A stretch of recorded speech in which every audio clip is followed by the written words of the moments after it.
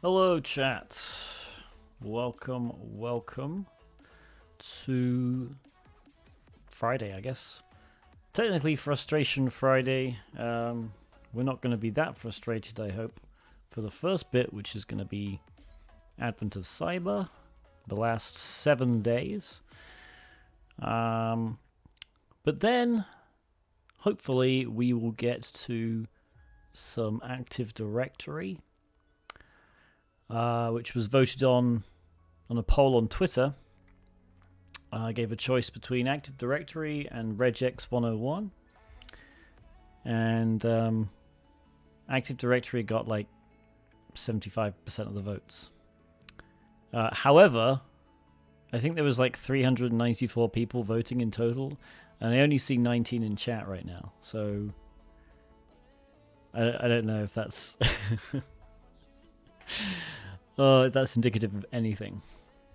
How is everyone doing anyway today? How is everyone's week? I hope good. Let me set up my viewer awards. All good. Slim Charles 297, first time chat. Welcome to the stream.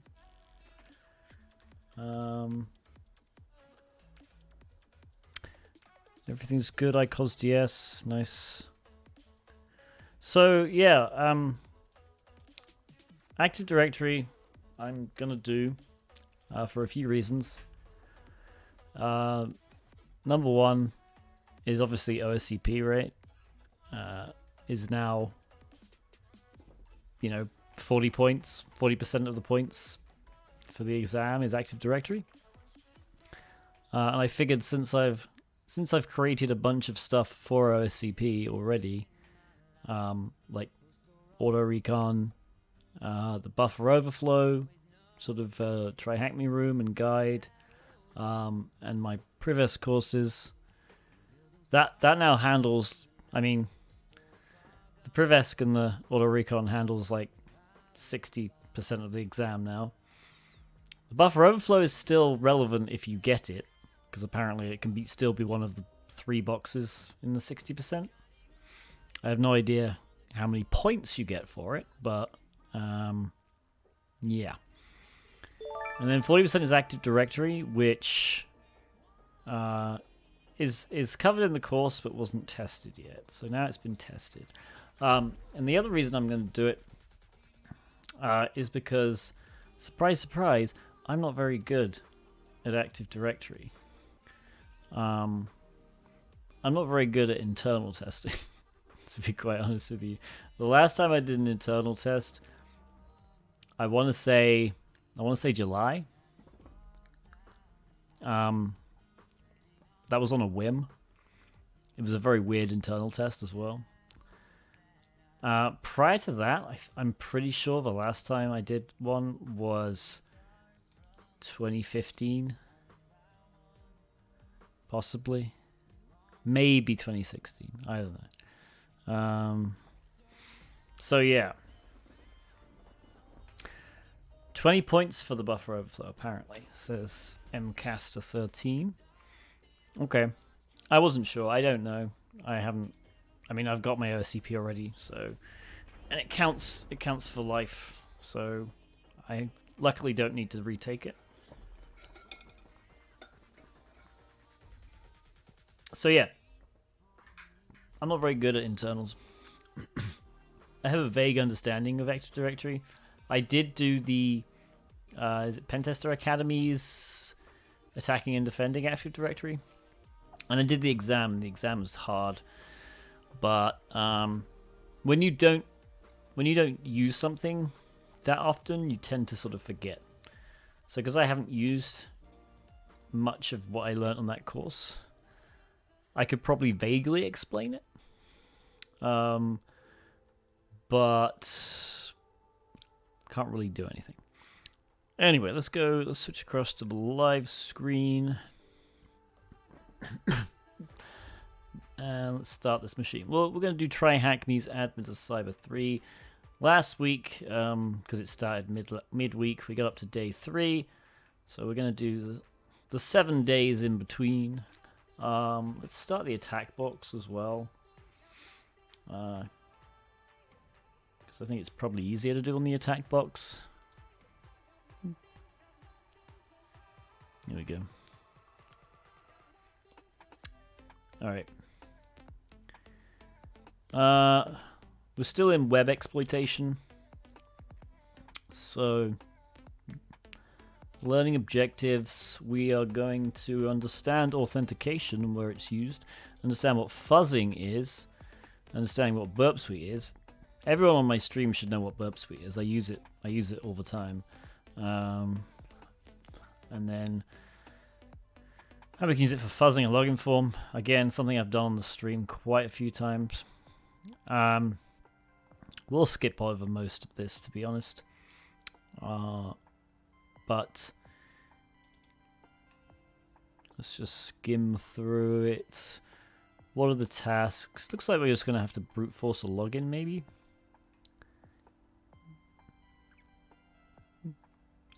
Yeah, okay. We're going to have to brute force a login. That's going to be easy. So we'll wait for the attack box to spawn. It looks like the machine's running. Yep, nice. Okay. Has everyone been doing Advent of Cyber, by the way? Because if you haven't, you should. It's a lot of fun.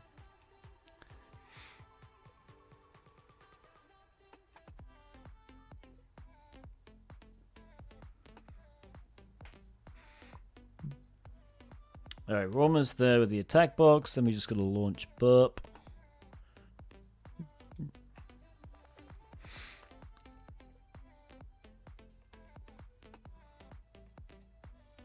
Nice.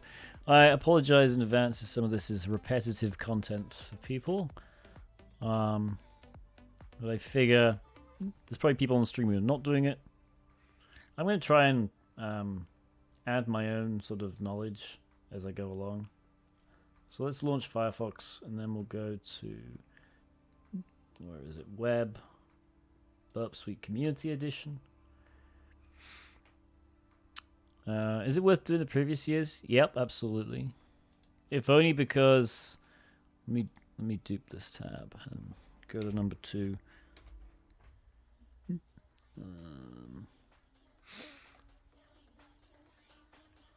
I forget which day. There's me. Which day was it? Hang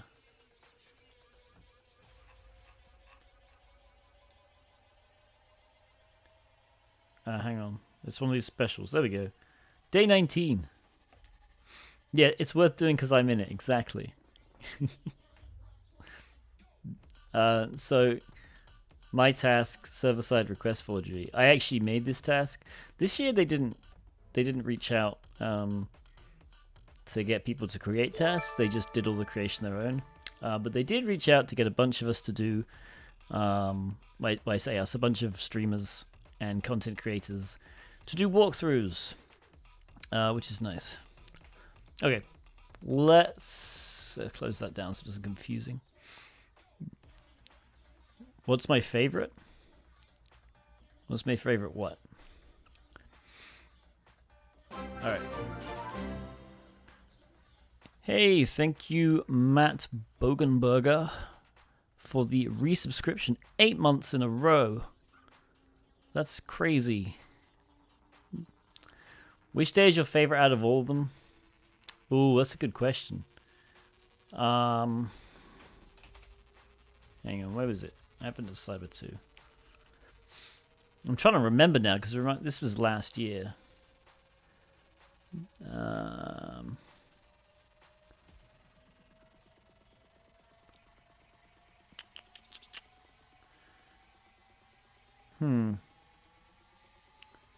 Forget what Dark Stars was.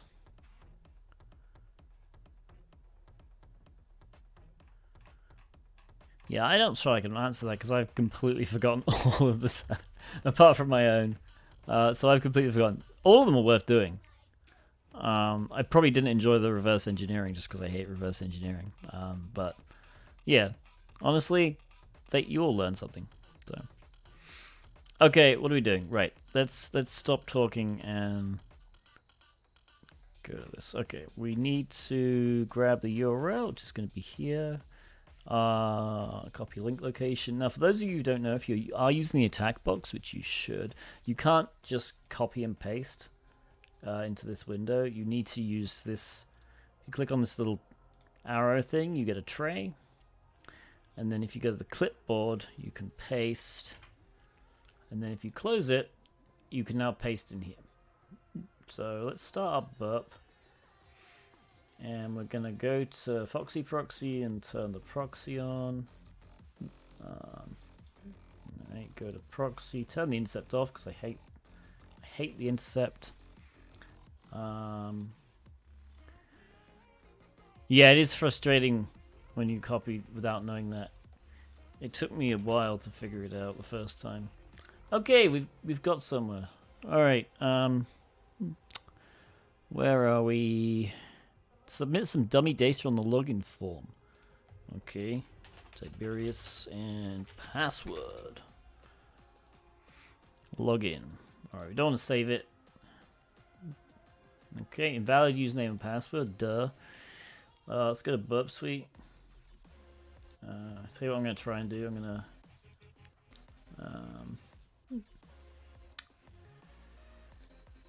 where is the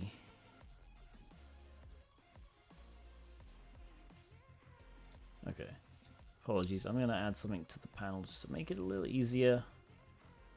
Windows selector, there we go. Alright, I hate going to the side. Alright, post. We got a post request. Just making sure everyone can see that. So we need to send this to intruder. Let me increase the user options display. Let's shove that up to 16. And 16 on this as well. There we go. Alright. So we're gonna right click, send to intruder. Go to the positions payload. I'm guessing we need saying click clear. So clear the positions, add the value of a username, add the password. So I guess there's a few ways you could do this. You could just click clear and then double click on Tiberius and add, double click on password and add. Or you could select and then clear and then select the last one and clear. Either way is good.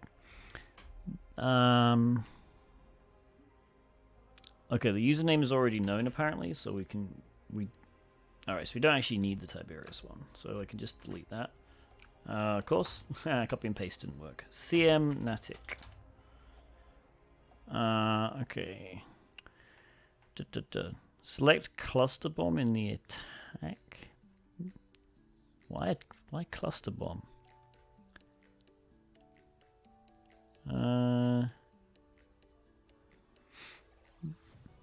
We don't need to use, if we already know the username parameter, we don't need cluster bomb.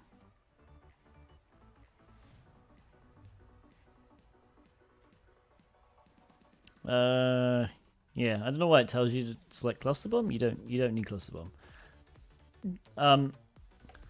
These are all different. So what's the easiest way of explaining them? To be honest, I forget what most of these do. Sniper is easy.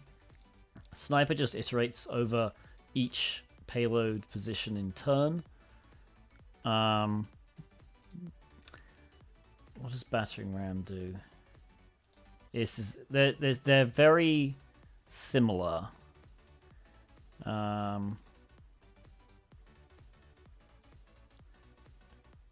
Right, that's it. Okay, so Sniper uses a single set of payloads, and then if you have, like, say, 2 payload positions, it'll go through the first one and shovel the payloads in. Then it'll go to the second one and shovel the payloads in. So, say you had 2 positions and 100 payloads, you would get 200 requests. Battering ram also uses a single set of payloads, but it doesn't do them one by one. So it doesn't do the positions one by one.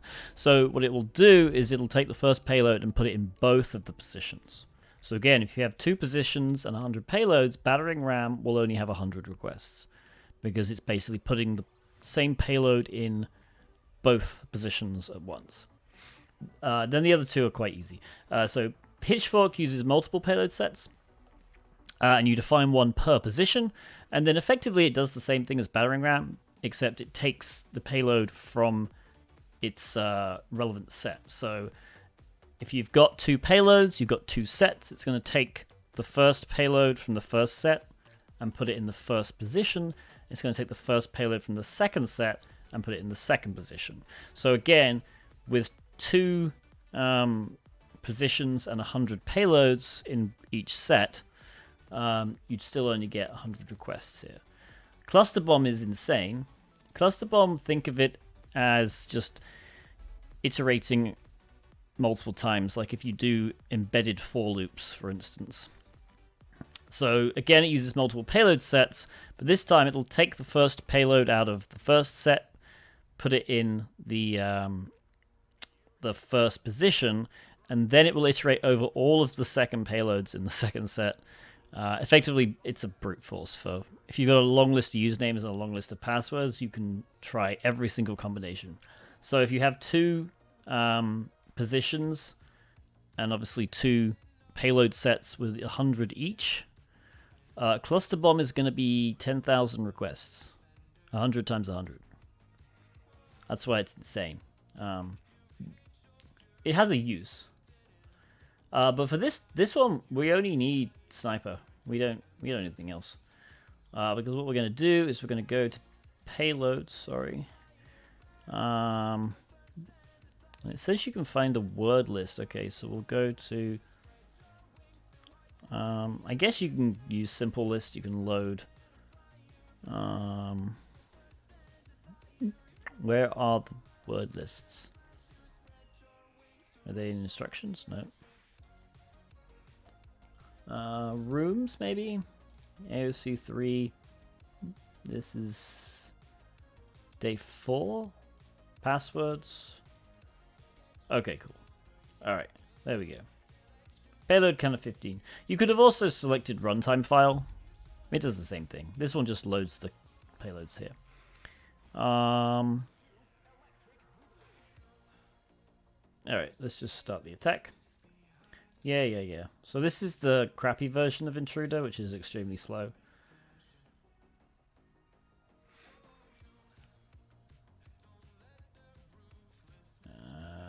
That didn't look like it did anything.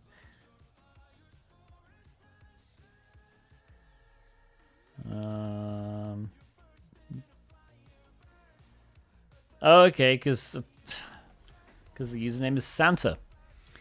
They could have made that clearer. Alright, so we'll quit this window, discard it, go to positions, do Santa there.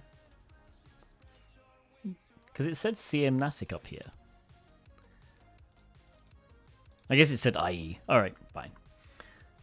Alright, here we go. There's instantly we see a different status code, 302 instead of 200. The 200 is an OK. 302 is effectively a redirect, so basically go somewhere else. This is a very common status code when you have a correct login because it's redirecting to some kind of dashboard. 302 found.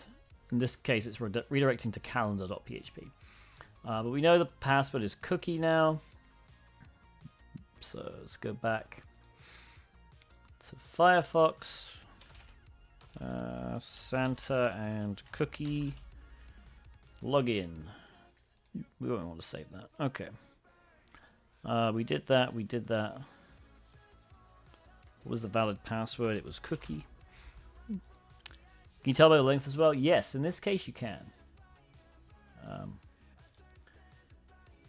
So in this case, the length was slightly different. That's not always the case.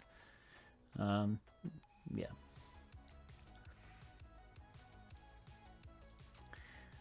The flag is this. So you can, I believe, copy from this to this. Watch how it fails now. There we go. No, it worked. Okay. You can copy the one direction, you just can't copy this direction. Okay, we've done it. Let's start the machine. Where would it be the same? Good question. So, say you had a login form which didn't output whether the password was correct or not. So whenever you put your username and password in, it just returns the same login screen, doesn't have any error messages at all. Then sometimes, and this is I guess it's rare, but sometimes the 302s will have a body. They're not really supposed to. This one does. And actually, you can kind of see it here. Because was this... Yeah, so see this response has an invalid username. I don't know why it has invalid username, actually. Yeah, but I mean, effectively, this is kind of what I'm talking about. I need to stop the other machine first. Okay. Appreciate it. So yeah, I'm not entirely sure why this says invalid username. It does, but yeah. Don't go just by the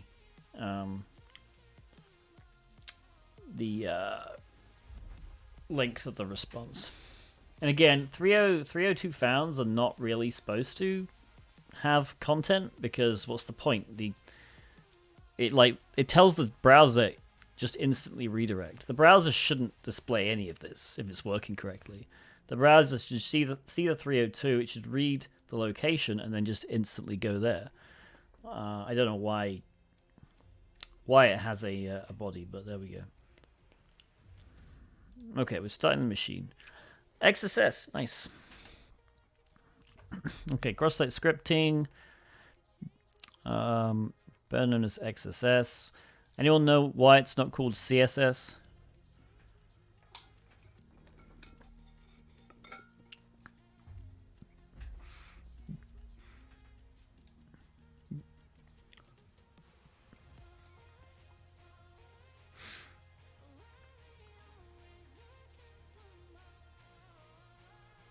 Anyone at all?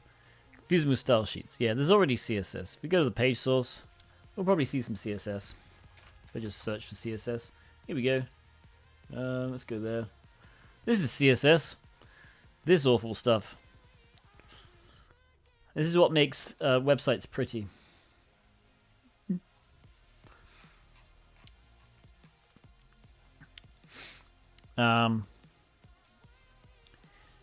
So it's XSS because, of course, across, which isn't an X at all, right? An X is kind of a cross if you look at it at a weird angle and squint. But cross-site scripting, again, is a terrible, terrible name. It was originally cross-site because the idea was you could launch attacks cross-site and get information from other sites. Like way back. It doesn't really make any sense nowadays as cross-site scripting. JavaScript injection makes way more sense. So yeah. But obviously nobody knows what you're talking about when you say JavaScript injection. Have we started the machine yet? Looks like we have. Okay. What types of XSS? 4 different types: DOM, reflected, stored, and blind.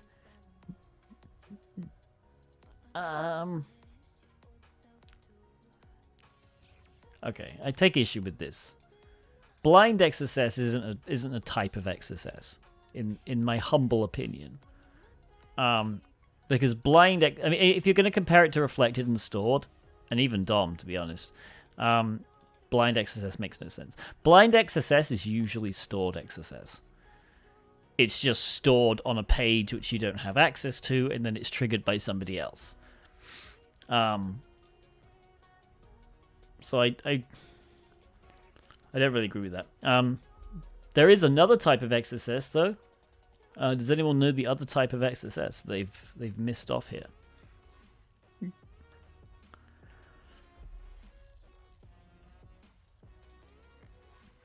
All right, let's go down while you guys answer that. Please click the following link. Well, presumably I need to copy and paste the following link. All right, let's go to. There we go. CXSS? You're gonna have to explain what CXSS is. I'm not entirely sure I know what CXSS is. Click the login link with the following credentials. McSkitty. DOM-based. We already had DOM-based up here. DOM reflected, stored, and blind.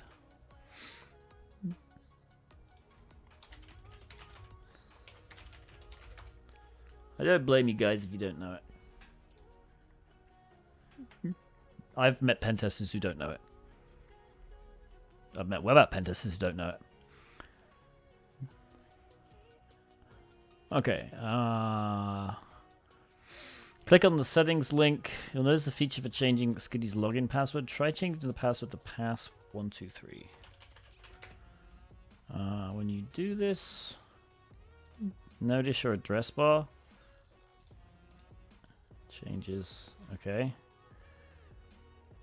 If you can somehow trick the Grinch into visiting this URL, it will change their password. Okay.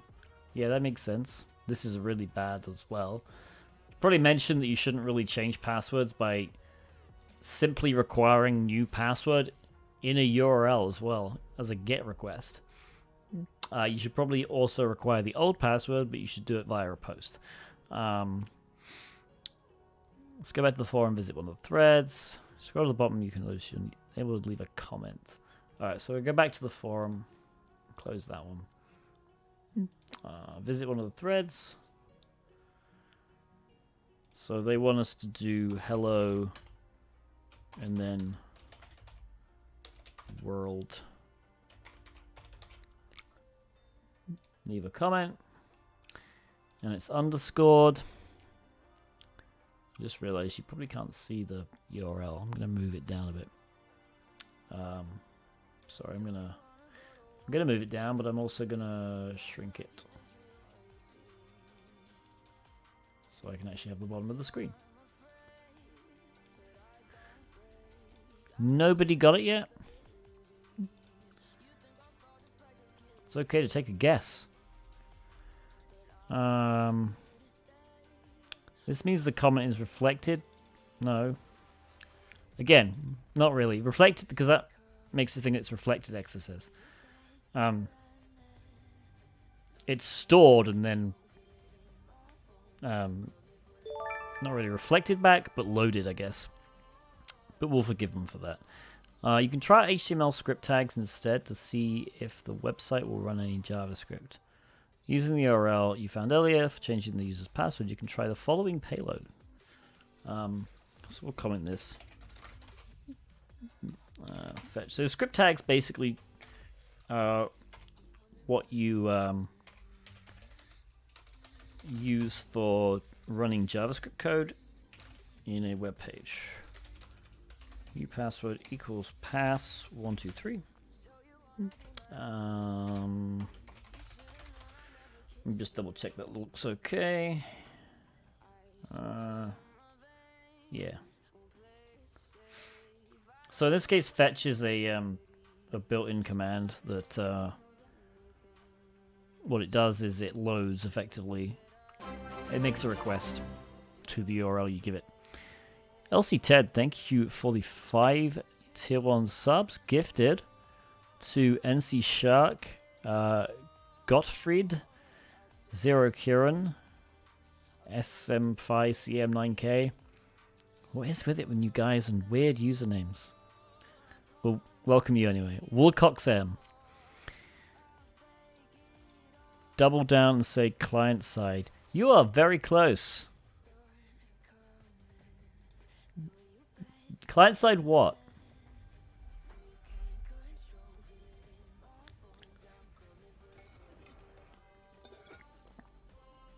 Client-side XSS. All XSS is client-side, really. I'll put you all out of your misery. It's client-side template injection. What is client-side template injection? Let's load it in another tab. Client-side template injection is a wonderful invention. It doesn't happen in all web apps. It generally happens in web apps that use JavaScript libraries like Angular. So Angular is a hugely popular one. There are many others, but XSS without HTML, client-side template injection. This is a great article, by the way. But effectively, with these templates, it's a way of sort of loading content with variables stored inside the content, and then using JavaScript to replace the variables on the fly. And you use this kind of syntax. So instead of 1 + 1, this would be a variable name. And they can even be like objects.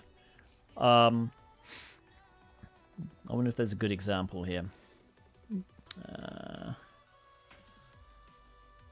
Probably not a good example here because it's a page on breaking it. But effectively, these tags, you can execute JavaScript in them. It's not very nice looking JavaScript. I think there's an example of some. Yeah, it's like this stuff.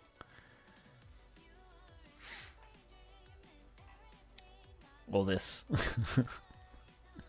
This is just to get an alert. An alert 1 at that. But yeah. Funky stuff. And the great thing about this kind of stuff is it's really not easy to sanitize. Because this isn't really using any HTML special characters. So yeah.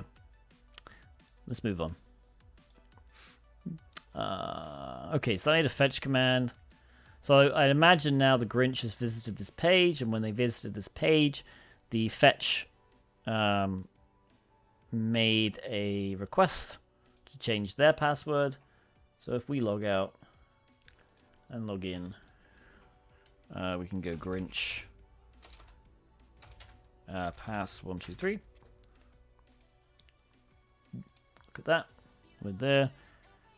Go to the settings page again. You'll discover a feature with the option to disable the Christmas to Buttmas plugin. That's funny. Alright, we'll disable that. Okay, then we get the key, the flag. There we go. Alright. Nice. That was pretty easy. That one is a good example of how you can use XSS for actual attacks rather than just showing an alert. Let's terminate that and move on. No, this is day 5. We're working through the days since I last streamed this, which was last week. So we will get to day 10. Alright. Patch management is hard. Local file inclusion vulnerabilities. Nice.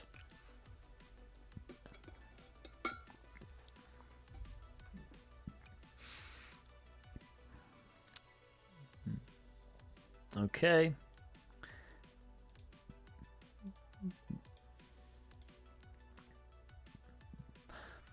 So, local file inclusion is a very nice named vulnerability because it pretty much says what it does.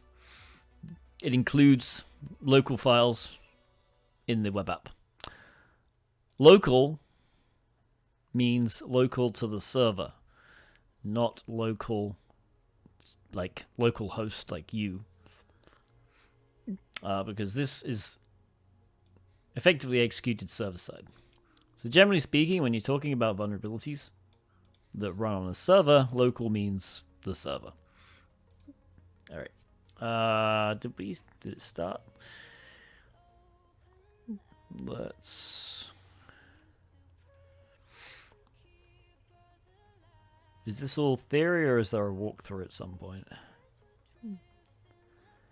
Deploy the VM and look around. Okay.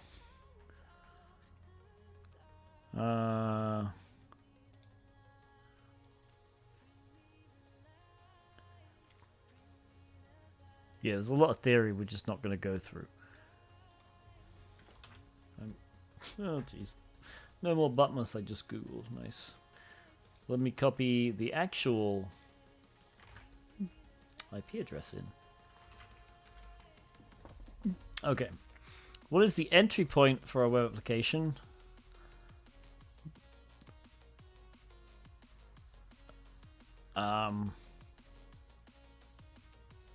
Entry point?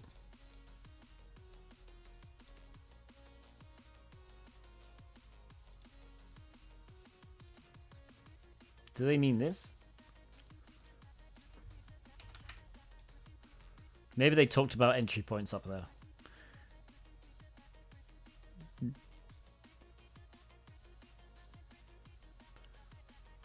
Did they talk about entry points in terms of other stuff?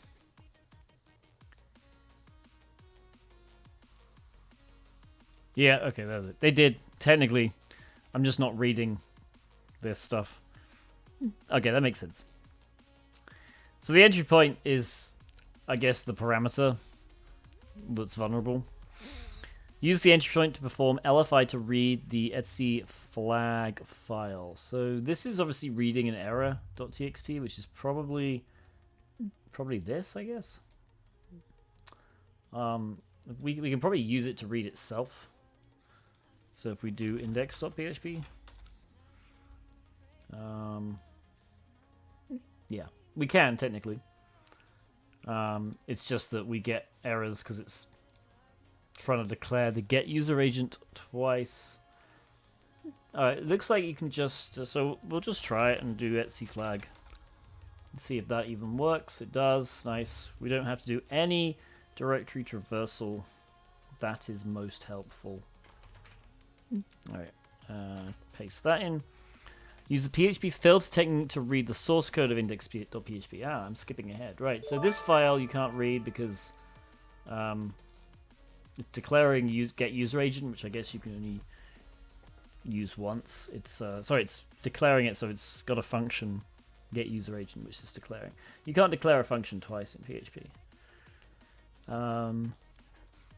So you want to use PHP filters. PHP filters are funny things. There's probably one up here. So I guess another way of doing this, doing the etc password, would be to use file. Etc flag. Yeah. Okay. So PHP has a bunch of schemas or schemes that you can use. So it supports HTTP, for instance, when referencing files and stuff. If you just want to reference local files, you can just use the file scheme. So it's file : / and then the file you want, which in this case was /etc/flag. However, it also has these lovely PHP : / filter, which are custom. So it has a bunch of them. So you can use the resource one, exactly the same, I think. Resource equals etc flag. Did I mess up? I think I did. Yeah, I didn't do a slash. There you go. So you can do that the same way. But you can also do stuff like here. You can do a read and do string.rot13, which you probably wouldn't want to, or you can do convert to base64. So we're going to do this one.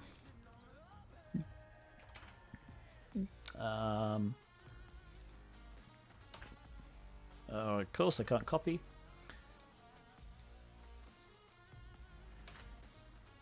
Why not ROT 13?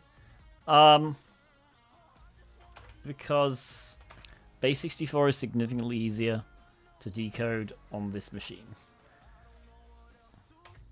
So I think that should... Right, so this base 64 encoded the flag. So if we go...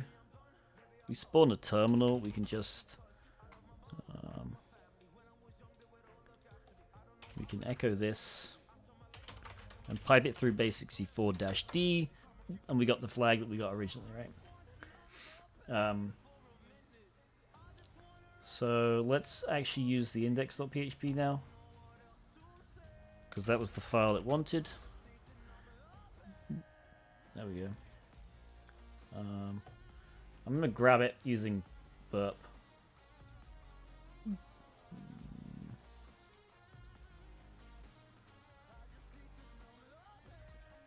There it is. Okay.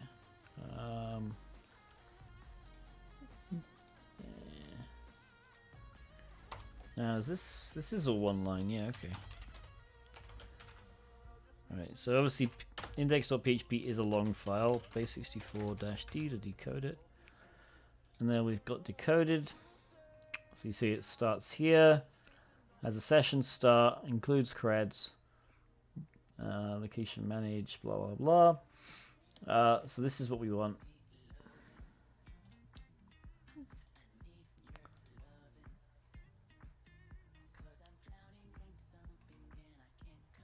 Where are we? There we go. Steve forgot his login credential. Can you help him log in? So I did notice this includes creds, so we could probably just do the same thing. So we'll change this to includes /creds.php. That works. I don't trust what is happening. It's going slow. All right. This one. Okay, it did end in a /. Alright, so we'll go back up to here.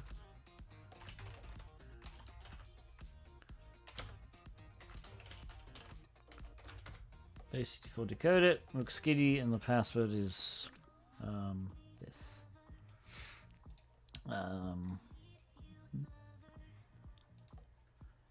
Look skiddy : nice. Use the credentials to log into the web application. Okay.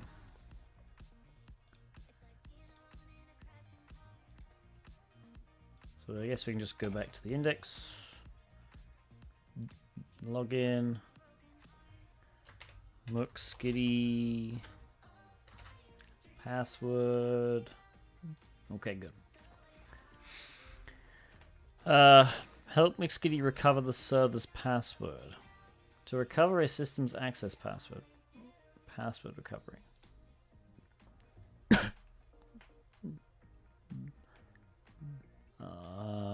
This, I guess. Copy that. Paste that in. The web application logs all user requests and only authorized users can read the log file. Use the LFI to gain RCE via the log file page. What is the host name of the web server? The log file location is at includes logs app access. Okay. So I guess we can't go to log access.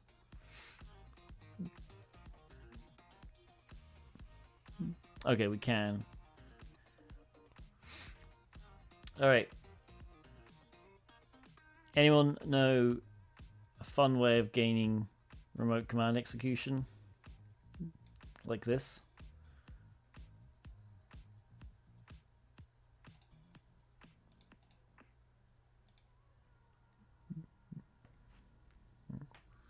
I'm not even sure do we even need to use LFI to gain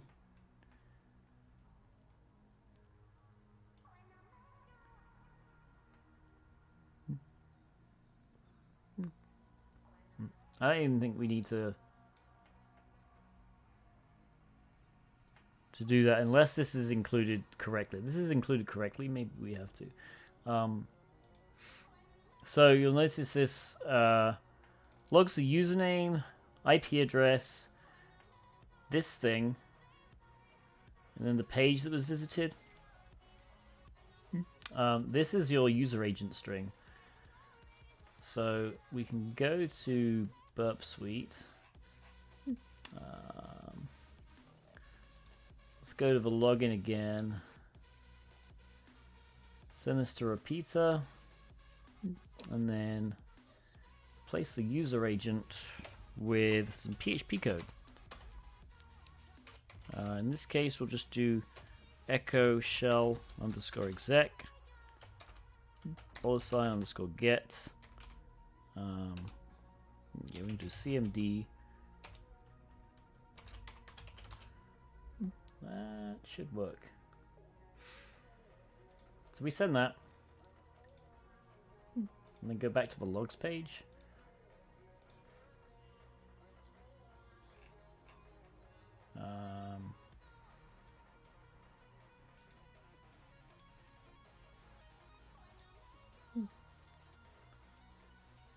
Did it work?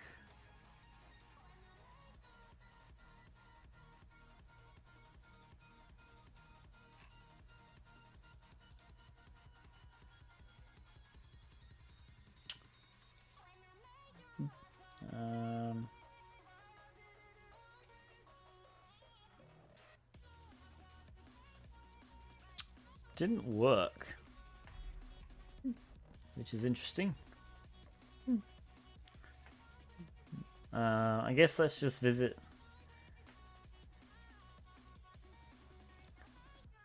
Let's visit another page and use that. Let's just visit manage.php. Refresh the logs. Manage.php is there, okay. So if I replay that request, oops. Let's go to repeater again. Copy this lovely user agent. There's the manage request. Send it there. User agent string. Okay. Now if we... Does that actually work? Yes.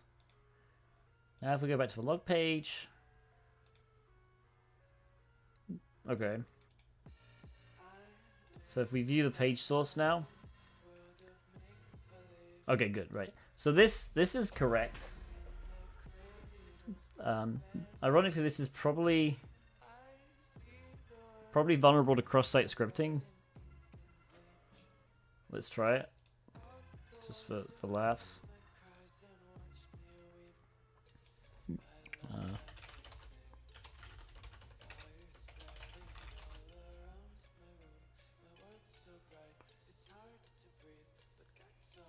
Does that work?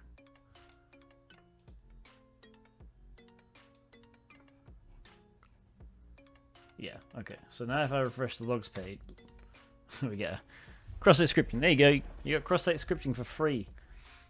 So this is the correct way. This isn't actually including the logs file. It's probably using file get contents. And then it's just outputting the results. It's not actually including it. We might actually be able to figure that out if we were using... If we go back to the home. Oh, I guess I gotta log out.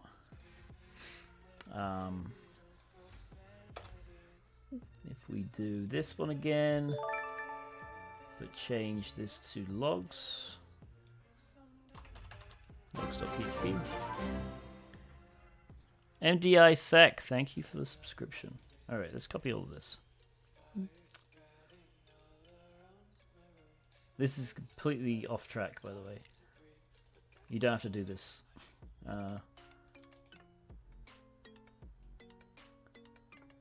Okay. Hang on. Did I get the end? I did. Alright. Copy this. We'd also, by the way, you don't have to use the terminal. You can technically use decoder, which is awful, but there we go.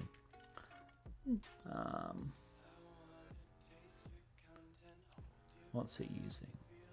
It's using fopen, right? So actually, yeah, it did previously. It looks like it included it.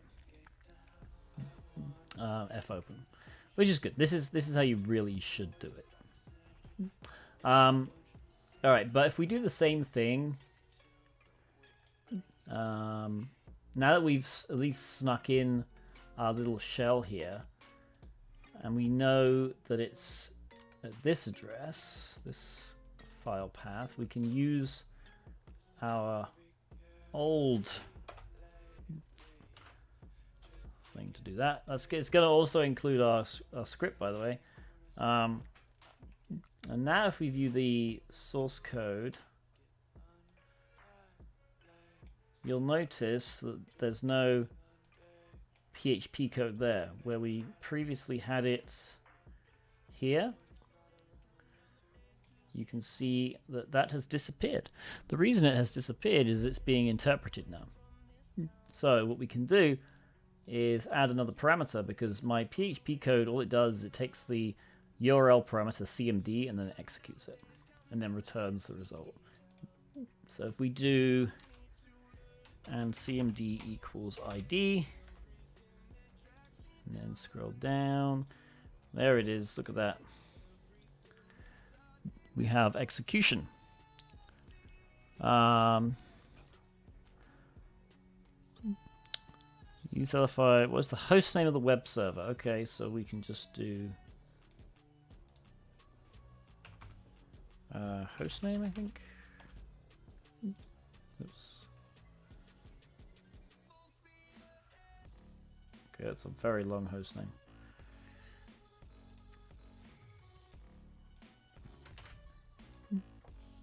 Bonus. Current PHP configuration stores the PHP session files in /temp. Use the LFI to call the PHP session file to get your PHP code executed.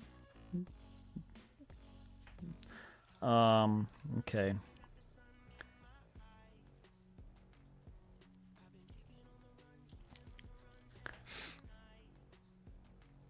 That's different.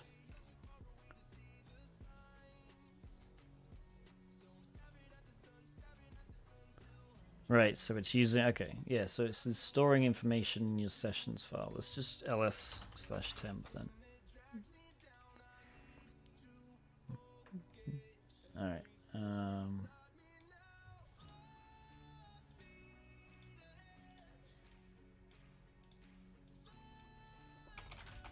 just realized I'm using this. No, I'm using it right, okay, good. Let's cat /temp/ let's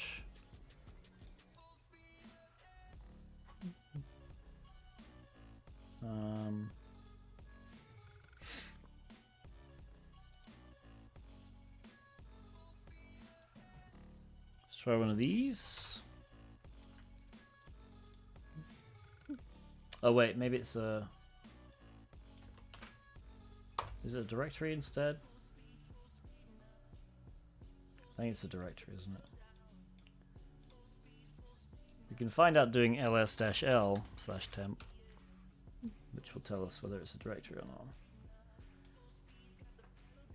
They're not directories, but they all okay. They're all 0 data. Weird. It also stores the value of the username into the session, even if you're not logged in. Interesting. All right, so let's try that then. So it wants us to just log in, or at least try and log in using PHP info. Sign in. Refresh this.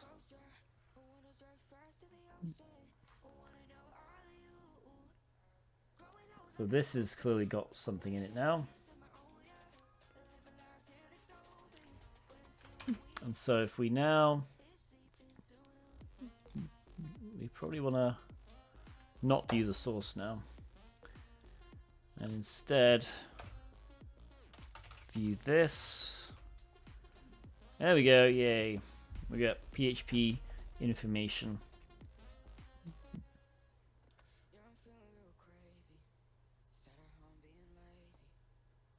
Well, that's only because the server stores the session information temporarily. Oops. Alright, we did that. We did the extra bit. Nice. Okay, moving on. Let's terminate the session. And do the next day. Scroll up, scroll up, scroll up. Oh, look.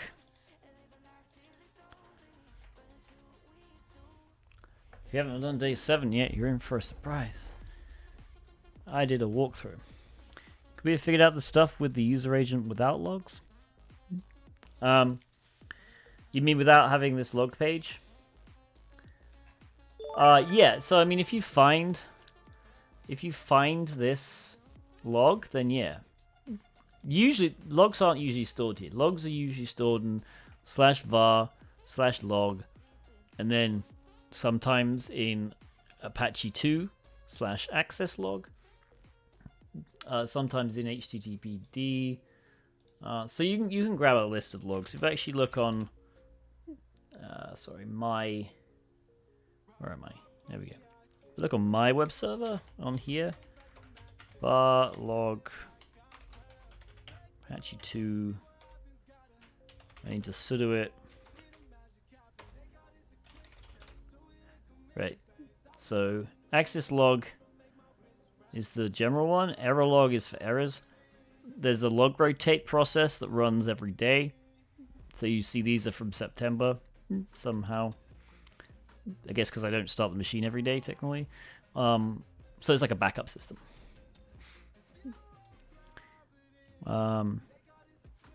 Not fair. This isn't actually my challenge. Like I said earlier in the stream, they didn't reach out to say, hey, can you make a challenge this year?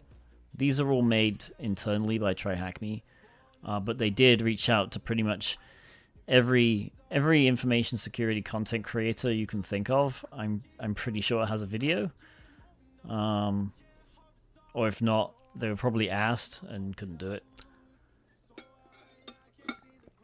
Fun fact, tomorrow, day 11, I have a video on that as well. They gave me 7 and 11, which is nice, because that rhymes. Alright. Where are we? This was actually a fun day, because you don't really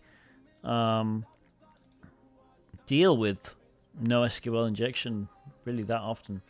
And even the specials. Are there specials? Oh, okay, so I guess John Hammond was asked to make one. That's fine. He's John Hammond. All I know is I was not asked. Small cry. Yeah. Okay. NoSQL is a fun thing. So it's... You have to understand the difference between relational and non-relational databases. A relational database has relations. I'll let you in on a little secret. So I was recording my video, and a lot of the time for videos I'll make a script. This one I was like, screw a script. I'm just gonna say stuff and hope that it sounds good. And in one take I said something, I was explaining relational databases, and I said something like the tables have relations with each other. And I thought, that's not making the cut. That sounds really bad. Yeah. The tables do have relationships with each other. They do not have relations with each other. That's an entirely different database. Yeah, so, but I was quite amused with myself. All right, so yeah, databases, relational databases. You have tables, and honestly, the table structure is very similar. You'll have columns, which basically define attributes, and then you'll have rows, which kind of like define the actual data. So each bit of data has a row. You don't have to have relationships between the tables in relational databases. You really don't. However, it makes a lot of sense to if you're dealing with data where there are relationships. So a big one would be, for instance, if you had an e-commerce site and you had a products list, and then you had like an orders or a cart. So every user has a cart. You want to track which products are in the cart, right? And you can do that using relationships, not relations. By defining relationships between two tables, you can do that. Yes, the tables are all related. NoSQL is different. NoSQL is non-SQL or not only SQL, which means generally there aren't relationships defined within the structure.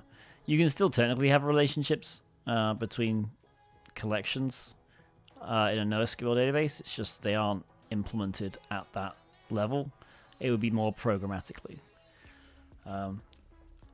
So, without further ado, did I deploy the machine? Yes, I did. Good. I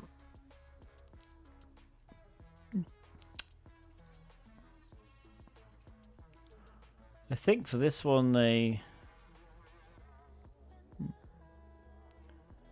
interact with the MongoDB server. They changed this one after I made the video. In the video, it's like it spawns down here and you can see it. And then they were like, I guess they didn't want to do that, so I think there's credentials.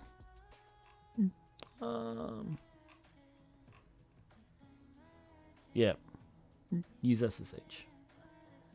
So a lot of the comments on my video are like, how do I get access to it? And I'm like, they changed it. Did they even give me the freaking IP address? No. Alright, where is it? TryHackMe. I know, very sneaky. Oh, of course, I gotta freaking paste.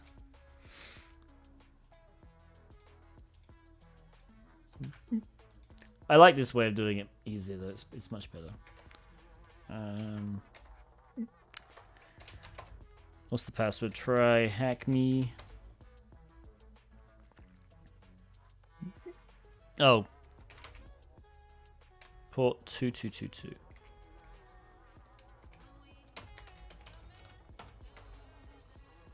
Yes. TryHackMe. There we go. Okay, so if we type Mongo, it's going to take a while to load. It's not. Okay, it did the first time. Sounds like you said IDOR on 143. Is that in my video? I'll have to rewatch it. Yeah, the attack box is, I guess, a necessary evil. But now I want to see what I was talking about. Maybe after this we'll watch the video and see. Alright, what was I doing? Right. So you can, some of the commands are similar. You can do show databases, which is a very similar command. So there's 4 databases there. You can connect to one saying use. So we're going to do use flagdb. And then you can, once you're in a database, you want to see the tables, except they're not tables, they're collections. So you can do db.get collection names. And we see there's one collection. And then to get everything in the collection, you could do db.flagcall.find. And that has one document in this collection. And the document has an attribute flag, which is set to the flag. Alright. That didn't work.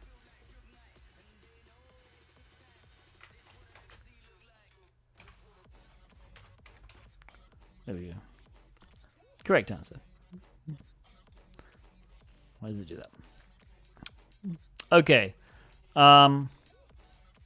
So let's do what I did in the video, which is actually no. Let's not do what I did in the video because that takes too long. Definitely, if you're doing these labs, follow along these things. It explains how to create documents and stuff, and I do it in the video, so it's probably easier. Okay, so now we go to the web server, which is here. Copy that.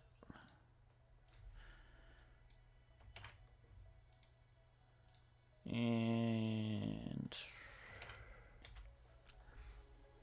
all right. So can we do a bypass on a login? Can you log in to the application that Grinch Enterprise controls as admin and retrieve the flag? Yes, we can. Let's do admin and password, which is not the right password. If we go to burp and scroll down, here we go. Post login. Okay. So this is where I'll do a little bit of explanation because this bit gets tricky, and I came prepared. Effectively, do we have Atom on here? Of course we don't. Atom.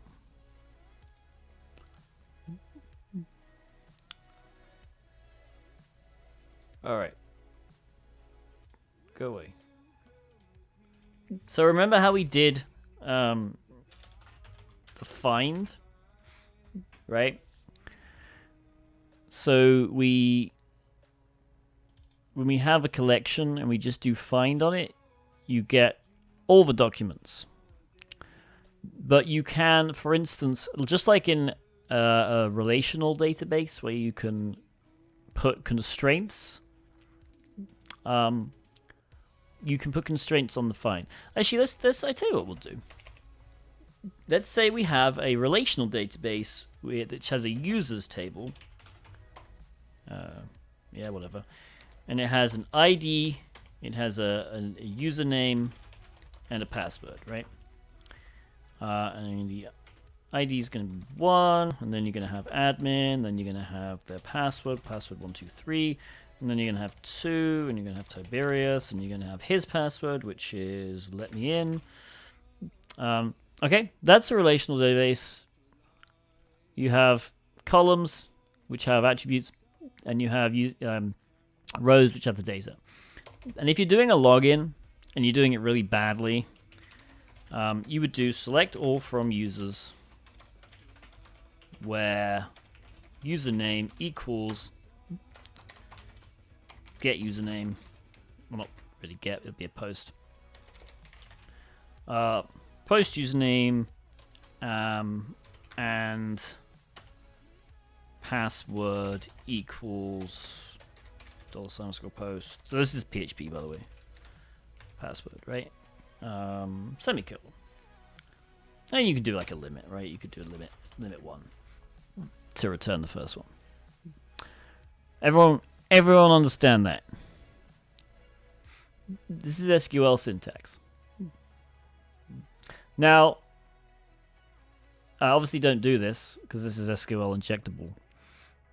But imagine this was secure. Imagine that instead we had $username and $password, and we'd actually sanitized our queries. This would, if we gave the application the username Tiberius and the password let me in, it would return this row. Okay, Let's have a look at how it looks in a non-relational database. Now you have a collection users, and instead of defining these columns, every document just has stuff in it. So you can have an ID, 1. Technically it would be in quotes. You can have a username, admin, and password. Password. And then you have another document, ID, 2, username, Tiberius, password, let me in. Right? This is very similar to JSON, except it's not JSON. JSON, you'd have to put quote around the names, the keys. This is technically BSON. That's the only difference, really. But you can use this syntax to query as well. So if we do a find on this collection, it's going to return both of these documents. If we only want the document where the username is Tiberius, then we just pass a BSON object, username Tiberius. Okay, and this will return just this document. And if we put a comma here and do password let me in, this will return this document, right? But if we change password to let me in too, it won't return any documents, because there are no documents where this constraint works, right? Does that make sense? Now the question is, how do you get this data in here? And you can do it securely and you can do it insecurely. And we're going to show how it's done insecurely. If it's basically extracted directly from the command line in PHP, I made this. So all this does is it dumps what the $sign gets, so the URL parameters. So if I was to give it username equals admin, right? Now the get $_get variable is an array, and this array contains a key username which points to a string admin. And if we do and password equals password, we get this, right? So this is technically a key in a database, key in an array, kind of like a dictionary in Python, if you're familiar with that, except in PHP you can have arrays that have keys. What are they called? Associative arrays. They're called associative arrays. All right. So this all works fine.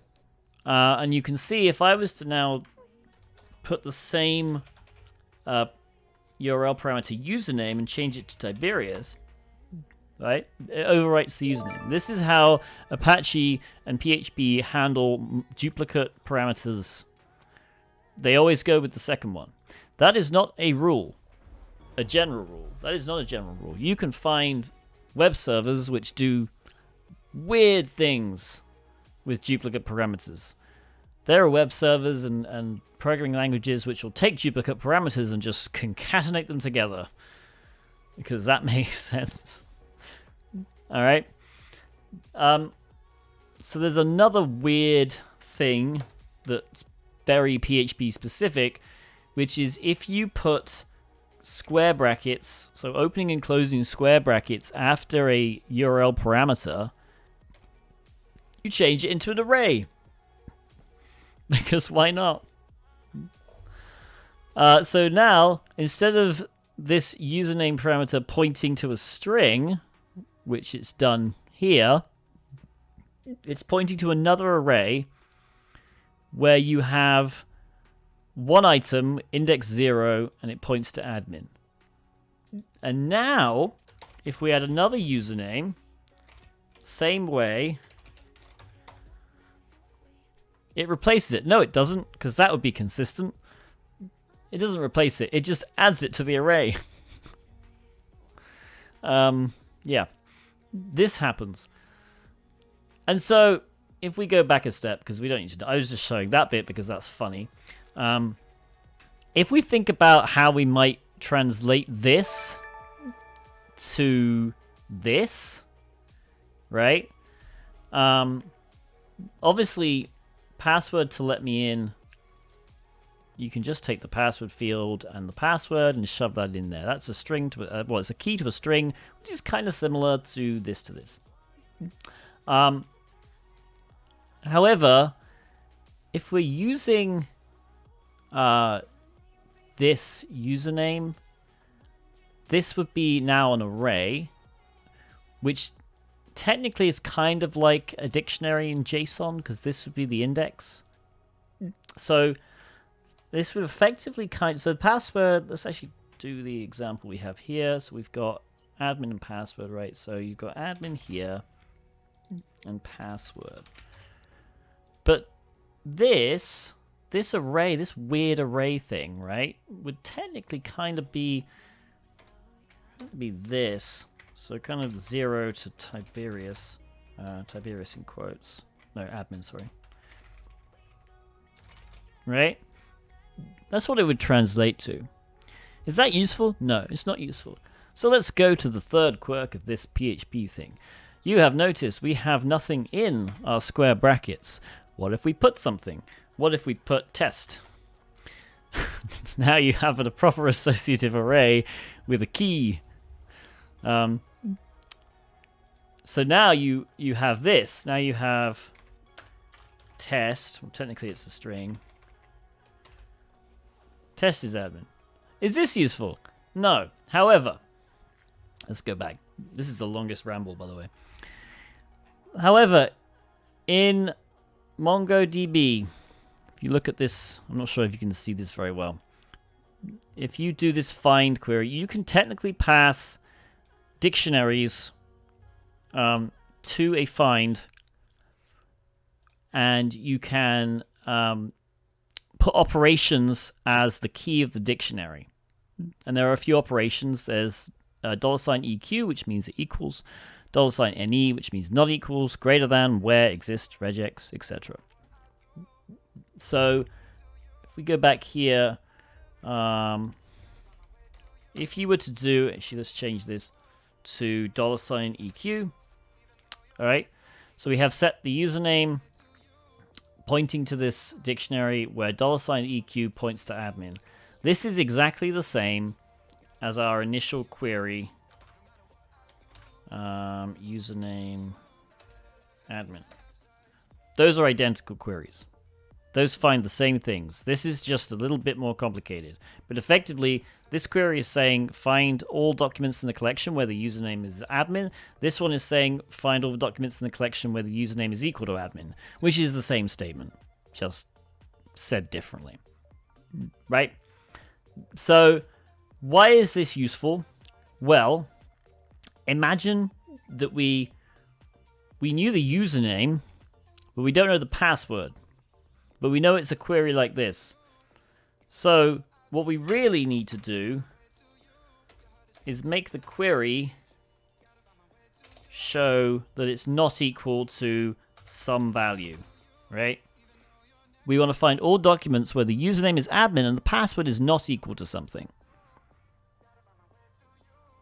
That's easy to do. We just do this. So instead of the username being an array now, we do a password array, and we just pass it $NE. Oh dear. Let's actually do it. So let's go back to our browser, and then we'll intercept the request. So I'm going to type, this is not the admin password. Click search. I don't know why it's search instead of login. Right? Let's add open square bracket $NE, close square bracket. Forward. Turn the intercept off. Go back to this. Oh look, we're in. because we queried the database and it gave us what we were after. We asked the database to find the user, find the document in the collection, probably users, where the username was admin and the password was, this is not the admin password. And there's one row that does that, because there's one row that has the username admin, and their password is definitely not that. So yeah, let's I'm in. I'm in, people. All right. So then we get the flag.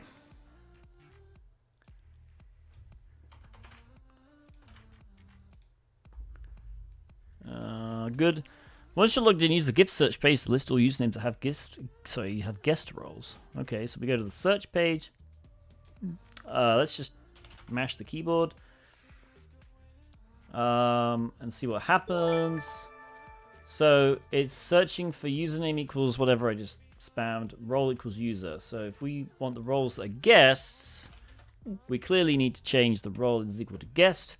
However, we don't know the usernames, and we want to find all the guest roles. So we can do the same thing. We know that whatever I just mashed in there is not a username. So now if we go here and we do exactly the same thing, oh look, we've got 3 users because we've changed the queries. So it's returning all documents where the username is not equal to this and their role is guest. And we find our 3rd flag.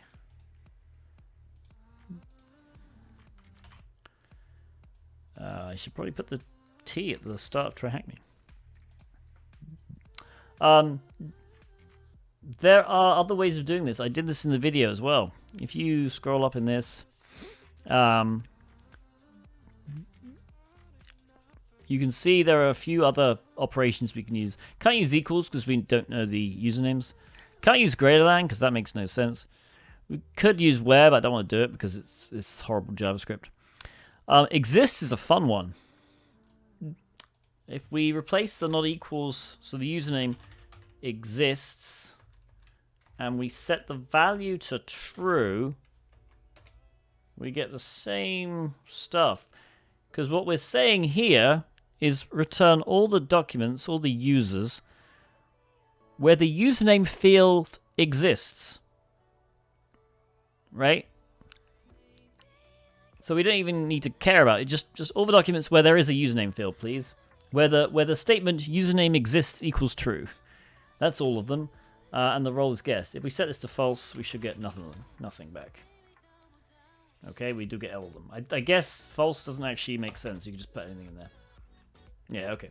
So technically, because it's PHP, anything... I wonder if 0 works. Yeah, because anything is a string. So this actually makes sense. I didn't think about that. In PHP, most freaking strings are true. But the username exists, so therefore it's good. We can also use regex if we wanted. So basically, we're giving a regular expression for all the usernames, and we can just do that by doing dot plus or dot star. It's actually the same thing. I did it in the video as well. So use the gift search page to perform NoSQL injection and retrieve the McSkiddy records. So this time we know the username, but we don't know their role. So if we... sorry. McSkiddy. Role equals guest. We could probably guess that their role is admin, which it is. But in case we don't know that their role is admin, we can just use the same trick as before. We don't know in the information, so we know it's not equal to just keyboard mashing. And there we get the answer.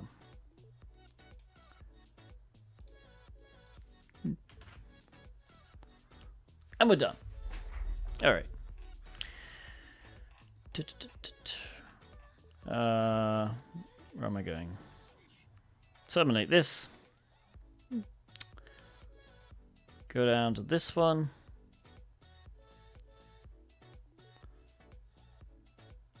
Start the machine. Okay.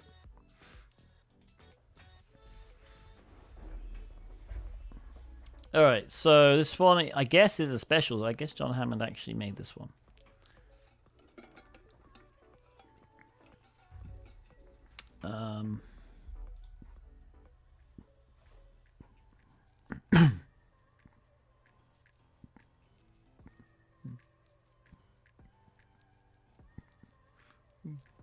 Oh, is this blue teaming?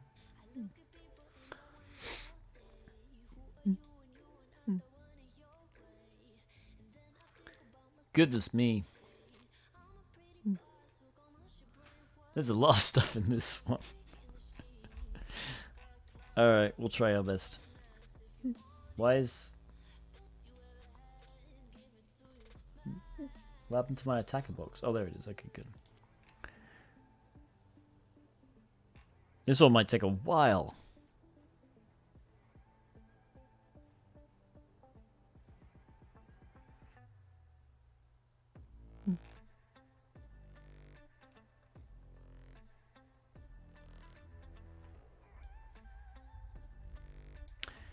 Alright. Are there any questions while we wait?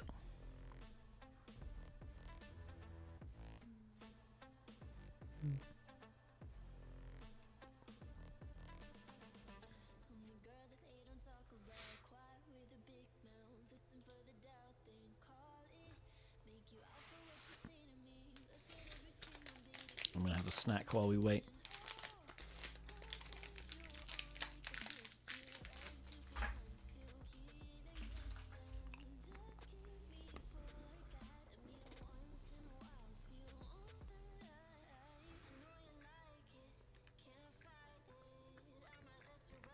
Does Mongo and NoSQL have a sleep function? That's a good question. I don't think it does. I'm wrong. It does have a sleep function. At least Mongo does. No, the problem with NoSQL is there's no standard for it. The great thing about Mongo is you can technically run JavaScript.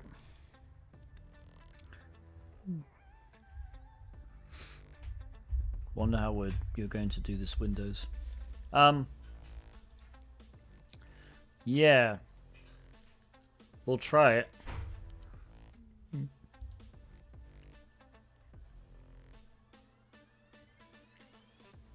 If it gets too complicated, we can always skip.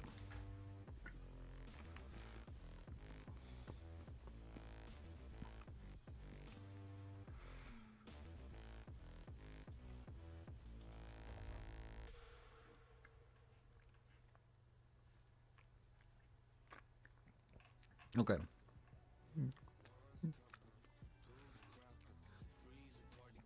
I guess, do we actually need? No, we don't even need to do this X3 IDP stuff. We can just use it here. Okay. Read the premise above. Probably should have done that.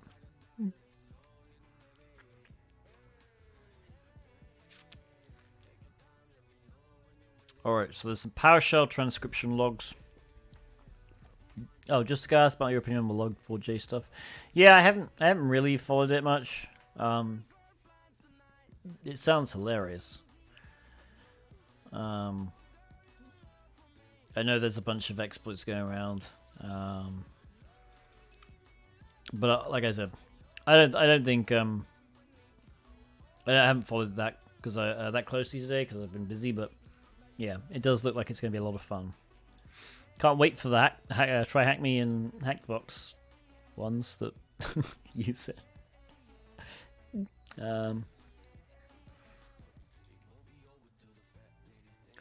Yeah, I mean, Shell Shock was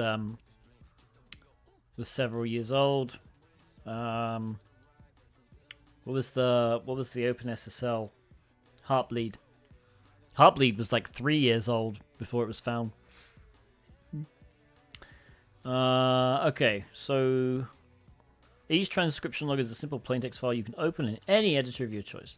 While the file names are random, you can get an idea of which log comes first by looking at the date modified. Alright, so I'm guessing it's in the Santa's laptop folder. Alright, date modified we'll sort like that. Open the first transcription log. Okay, cool. What operating system is Santa's laptop running? OS name. This one then. Can you copy and paste?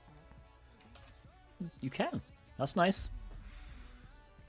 Alright, review each transcription log to get an idea for what activity was performed on the laptop just after it went missing. In the second transcription log, it seems as if the perpetrator created a backdoor user account. Alright. Minimize that one. Let's open this. Alright. Yep, so they added the user Santa with a 4 and the password Grinch Stole Christmas. I think those. Okay. In one of the transcription logs, the bad actor interacts with the target under the new backdoor user account and copies a unique file to the desktop. Alright, let's scroll down and see if it's this one. It's not. Let's try this one. I guess I could probably just search for desktop. Oh, here it is. So they're on the desktop and they copied this file. So far, this has been simple. The actor uses a lolbin living off the land binary to encode this file and then verifies it succeeded by viewing the name of the output. So I guess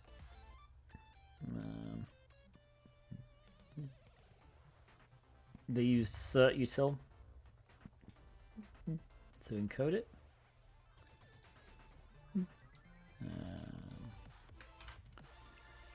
Cool.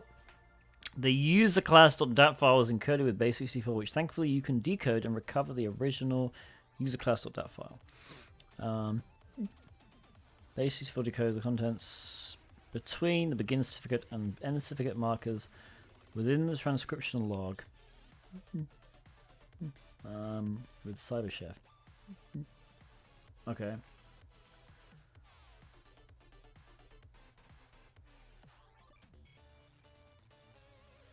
Okay, this is a freaking long one.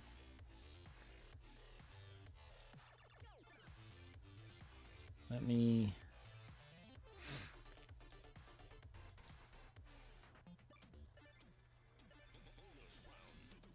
Is that all the freaking certificate?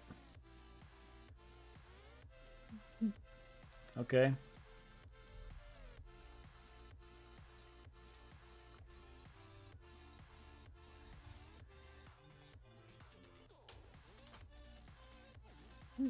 Alright, I think there's a link here on the desktop.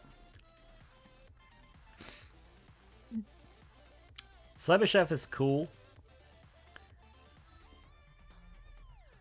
So we'll put the input here. And watch as Firefox spawns 3 different... Oh my goodness. I just pasted.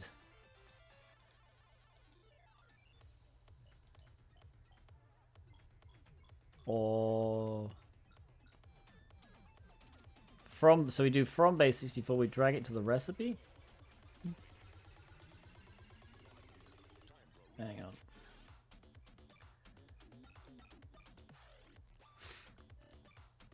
Okay. We can download it. Sure. And save it. You don't auto bake's turned on, so you don't need to bake.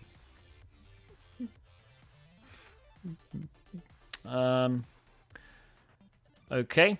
This file can be used to aid our investigation. The userclass.dat file contains shell bags or artifacts contained within the Windows registry that store user preferences when viewing folders within the Windows Explorer GUI. If you carve out this information, you could get an idea of what user activity was performed on the laptop before it was stolen or compromised. Okay. We're going to use this...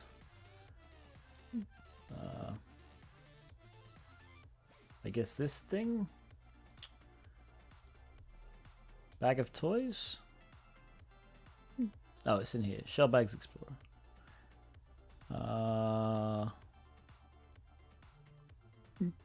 Alright.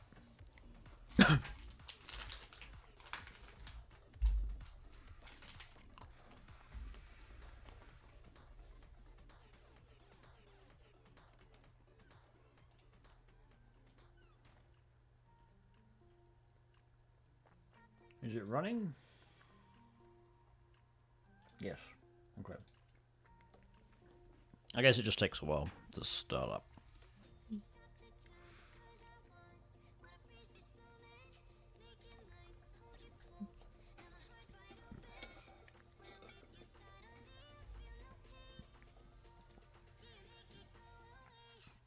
There we go. Alright. Load offline Hive, I'm guessing. The download.dat.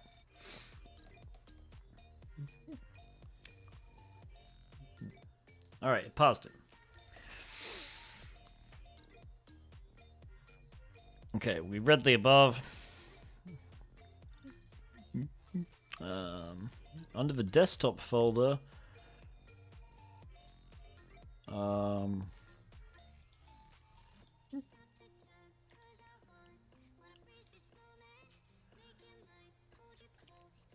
there's a suspicious folder named Santa Rat. Okay, there it is. Could this be a remote access Trojan that was used for further nefarious activity on Santa's laptop? Unfortunately, from just shell bags alone, we only have insight into folder names, sometimes files, and column data within Windows Explorer, but not files. How could we uncover more details? Drill down into the folders and see if you can find anything that might indicate how we could better track down what this Santa Rat really is.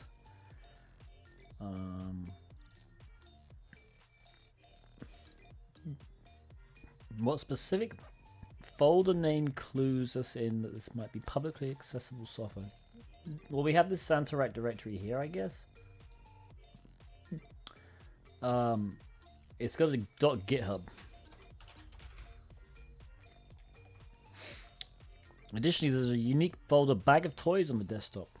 This must be where Santa prepares his collection of toys, and this is certainly sensitive data that the actor could have compromised. What is the name of the file found in this folder? Bag of Toys? No.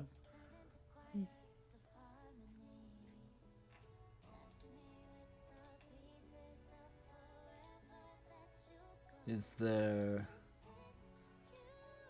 details, maybe?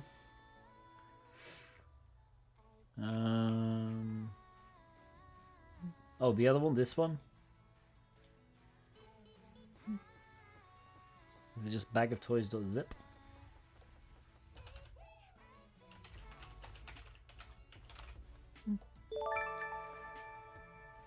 Nice. Okay, track down this Santa Rat software online.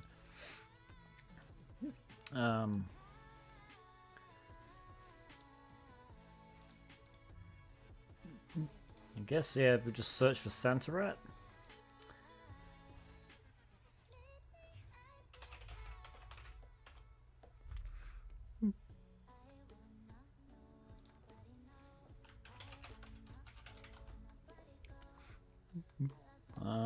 Looks like it might be this one. Okay. Let's go back here, close that one.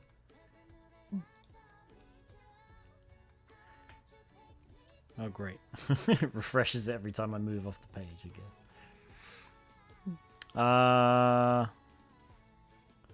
What is the name of the user that owns the Santa Rat repository? At least it doesn't close it all. Okay, so it's Grinchiest.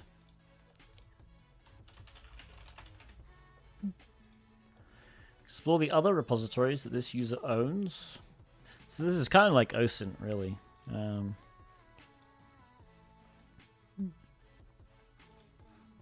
What is the name of the repository that seems especially pertinent to our investigation? I'm guessing it's this Operation Bag of Toys.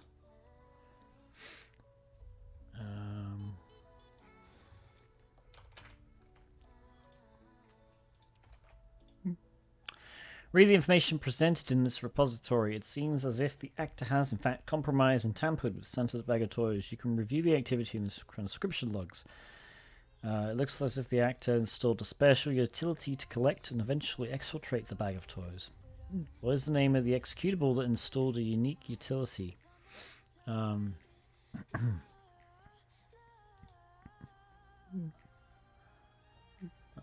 I guess we have to download this.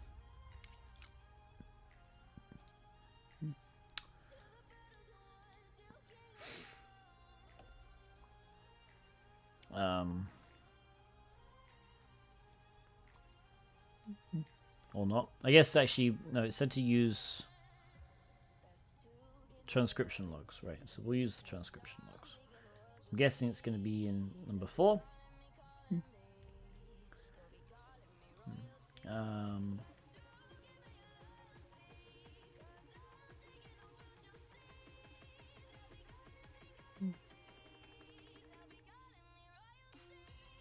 Must be this one.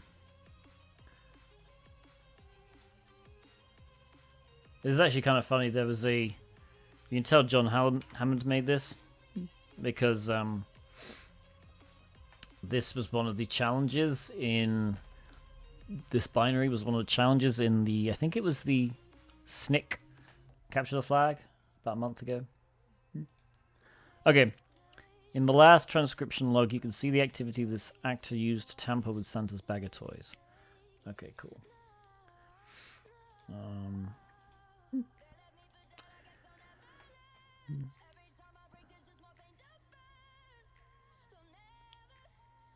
You can see the actor compress the original contents of the bag of toys with a password. Unfortunately, we are unable to see the specific password was in these transcription logs, but perhaps we could find it elsewhere. Following this, the actor looks like to have removed everything from the bag of toys and added in new things like coal, mold, worms, and more. What are the contents of these malicious files? Alright, well we can open this one.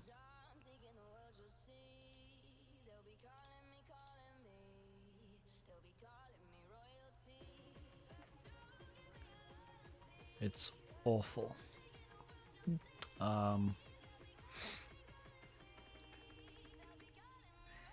I don't know why I do that. I guess because I don't trust Windows to open them in the correct thing.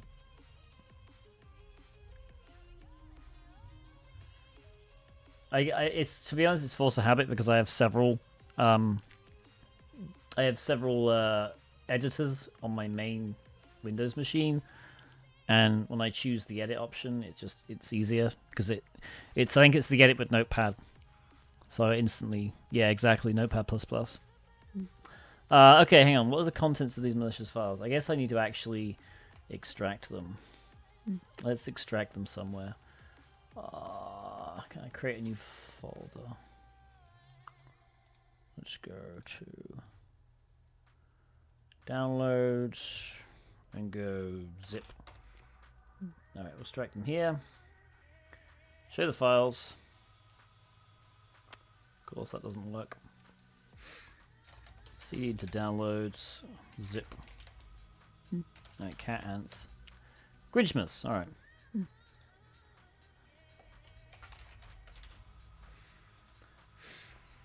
Okay.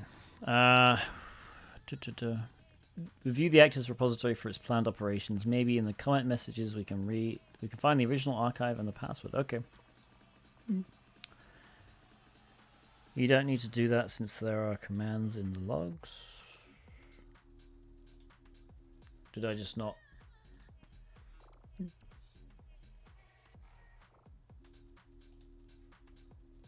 Oh yeah. True. Oh well. Okay, last comment. Let's go back to Operation Bag of Toys. And we go to 5 comments. There we go. Easy. Okay. McSkitty was able to download and save a copy of the Bag of Toys.uha archive. And you have it accessible on the desktop. Nice. Get rid of all these stupid windows. All right. Double click. Can I just paste it in? No? Okay, so this one doesn't have the thing, I guess. Alright, so the password was just Grinch stole Christmas. No, it wasn't.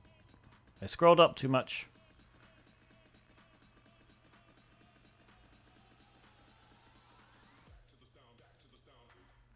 It was the Grinchiest Grinchmas of all. Okay, I probably typed that in. I'm going to type it in here and copy and paste it.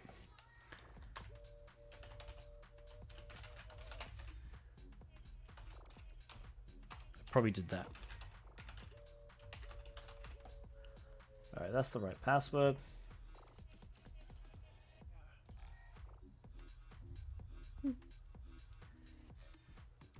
Paste that in. There we go. 228 files. Boom. Okay. Moving on. I guess we can shut this down. Terminate. Look who it is. What's he doing here?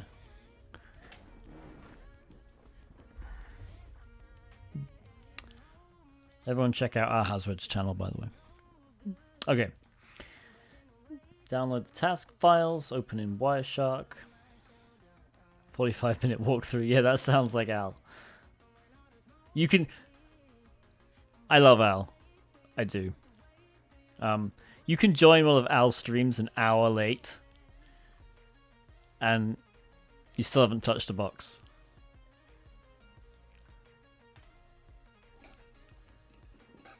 The man talks.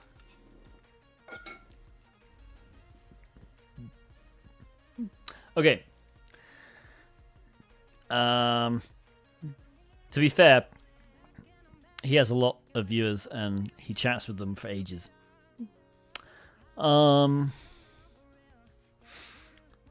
Okay. I know how to use Wireshark. I've used Wireshark for years. Let's get down to the nitty-gritty here. HTTP GET requests. Alright. I'm going to expand it in this half, and I'm going to adjust it down so you guys can see the filter. Alright. HTTP, you can just type HTTP and press enter, and you get all these lovely things. Which directory is found? I guess it's login. Okay. Username and password used in the post. So we can just scroll down. There's the post. You could also do, I believe, http.method, is it? Or there is a way of doing it.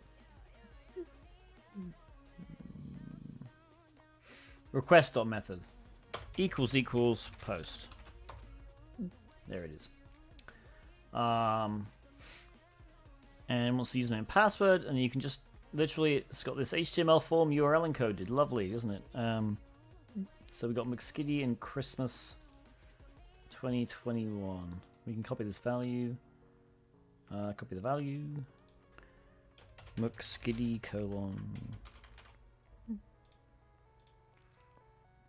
Alright, this what is the user agent's name that's been sent in the post section?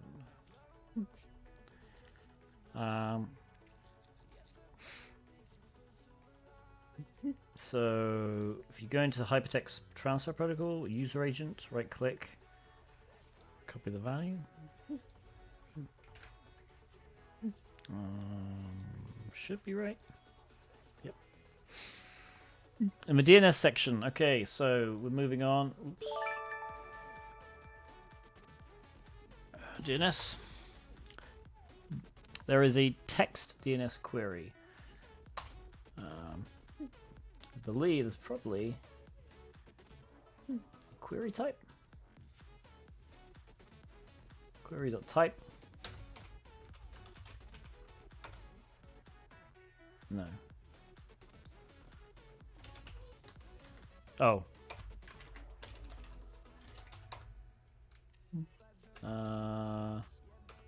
Maybe it is name. No.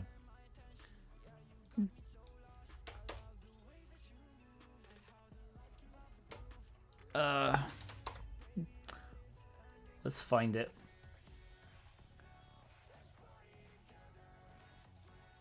There's got to be a search for query type, hasn't there? Query.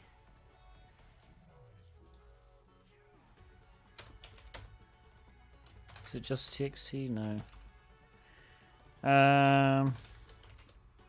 That definitely didn't work. Okay, this one I'll have to Google. Wireshark DNS query type.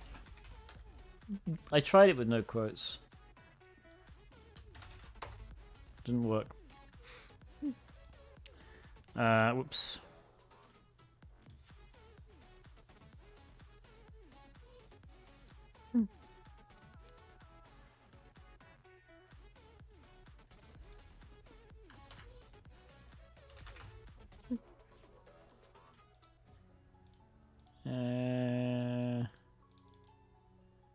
Query type. Unsigned integer. That's why. Yeah.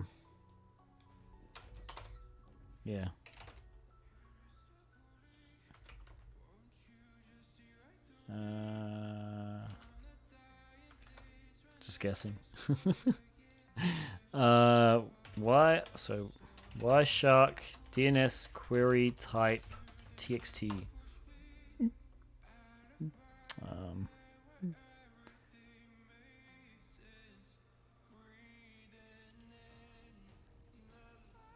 This will probably have it.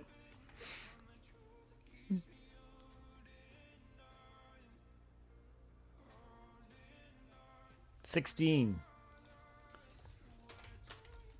There we go. When in doubt, Google. Okay. What is the flag in the message?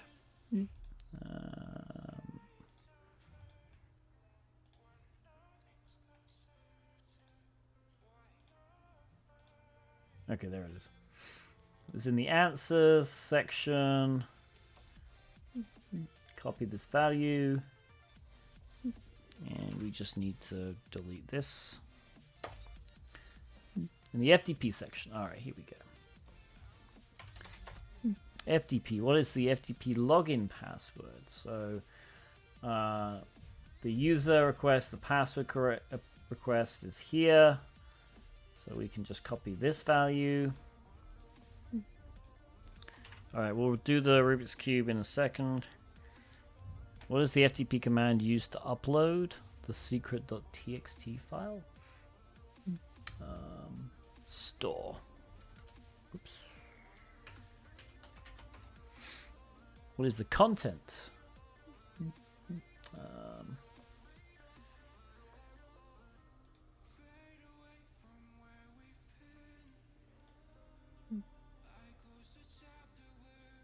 on.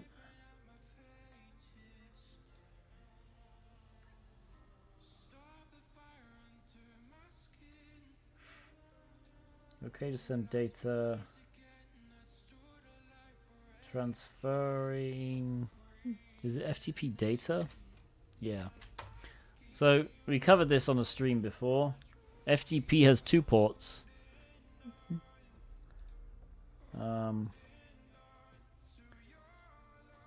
So it's technically FTP uses port 21 for all the commands, and it uses port 20 for the actual data. So you should see. Well, the destination port in this was 54,000. I'm not entirely sure why, but there it is.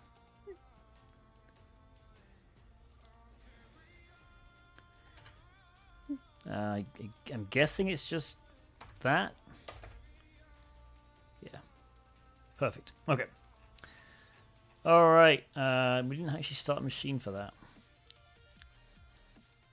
Whew. All right. So someone redeemed a Rubik's Cube solve, so we'll do that first. But we'll... Is there a machine here? There is. We'll start a machine. Did I have one already started? No. Okay, we'll start this machine. And we'll switch across to my webcam. Alright, I'll look away and just start scrambling this as randomly as I can.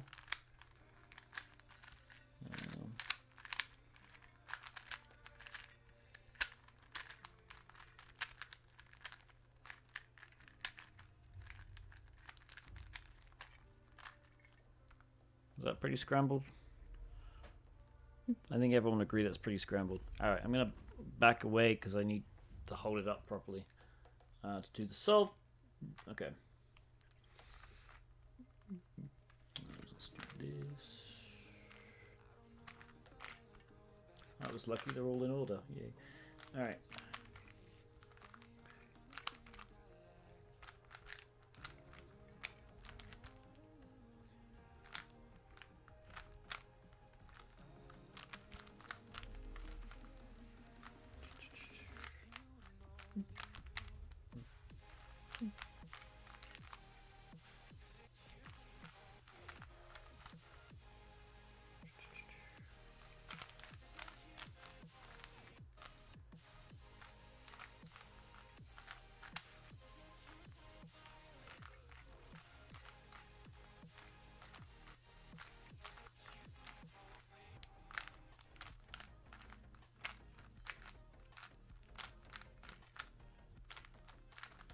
There we go. Redeemed. Okay. I think this one is about Nmap. It was done by Philip, right? Yeah. So there's a walkthrough. Is there a link to his? I'm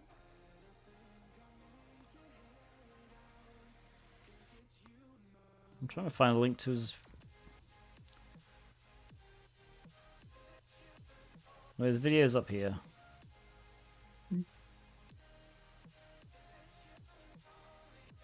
Yeah, so Philip Wiley did a video walkthrough. Philip Wiley is more active on YouTube. No, more active on Twitter. So, Scream. Oh, of course. Whoops. I'm in. Why did that play? That shouldn't have played.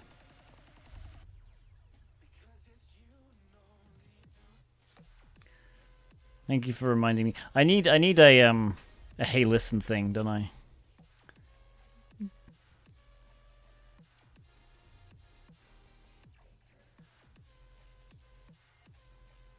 All right, let's see. We're all pros at using him. At least I check my chat more often than now.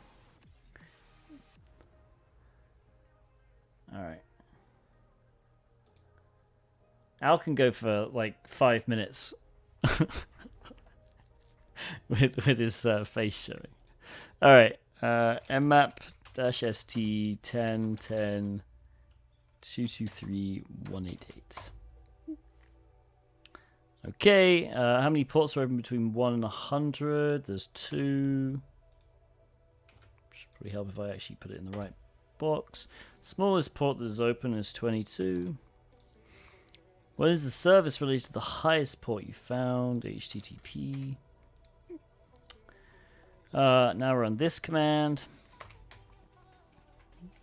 S. I mean, you should get the same results. Yeah.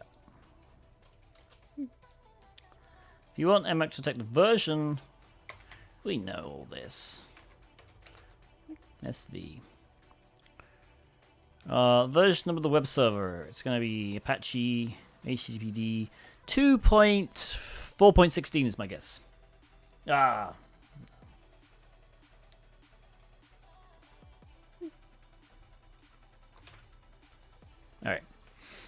Checking the vulnerabilities related to the installed server.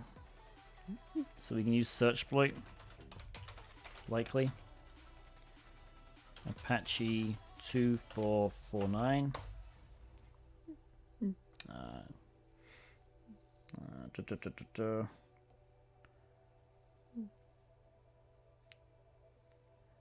Is mine out of date? Probably. The RCE one? Oh, Apache plus PHP.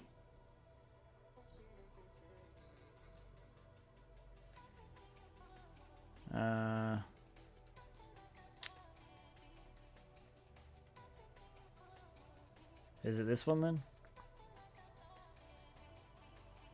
Yeah, because the others aren't even related to Apache. Alright, how do you... I really don't use search exploit that often. How do I show information about it?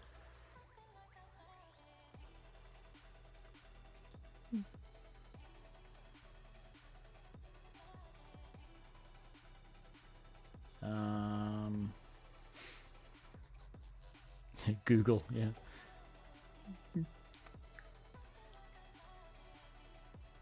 Yeah, there's a way though of I want the full show the URLs. There we go. I'll just do show URLs. -W. Alright, we'll copy that link address and we'll go there. You can close out of these stuffs. X is examine. Alright, cool. This is probably going to have the CVE, I imagine, right? Maybe not. Search CVE. Oh, it's got a bunch of them.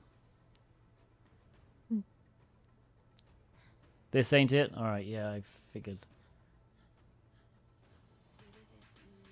Did I click the wrong one? No, remote code execution. Are we sure it's this one? It's the... Okay, so the LFI is not even to do with Apache though. I'm just going to Google now because I feel like Apache has completely failed me.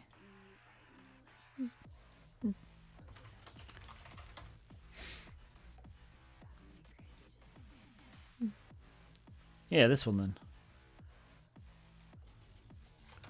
I'm guessing this is out of date because I put the version in and the version is in. So there is a way to update -u support -u, which actually it's not going to work because it doesn't have. Does it have access to the internet? We'll see. All right. CV.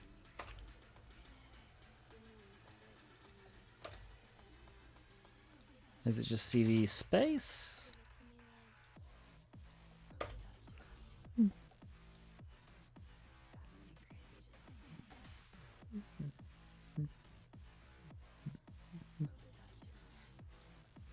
So just CV.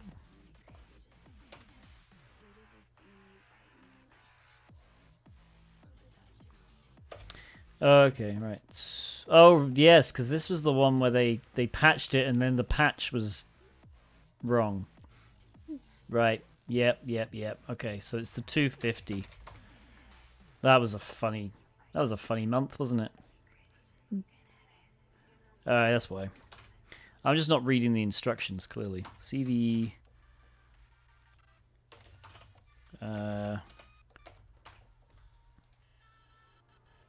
space dash. There we go. It was the dash. Alright, this is still updating. You're putting pieces together. You have a good idea of how your web server was exploited. McSkiddy is suspicious the attacker might have installed a backdoor. She asks, yeah, we don't want hints. She asks you to check if there's some service listening on an uncommon port, i.e. outside the 1,000 common ports that Nmap scans by default. Okay, we'll do that. So, why is my history gone? All right, mmap dash pp dash p dash 1010223188.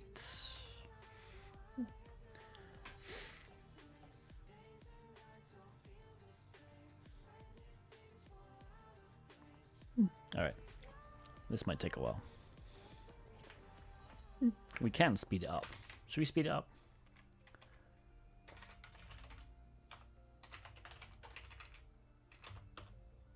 Let's see if this crashes stuff.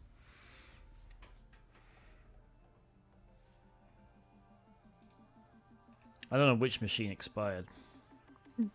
Wait, did...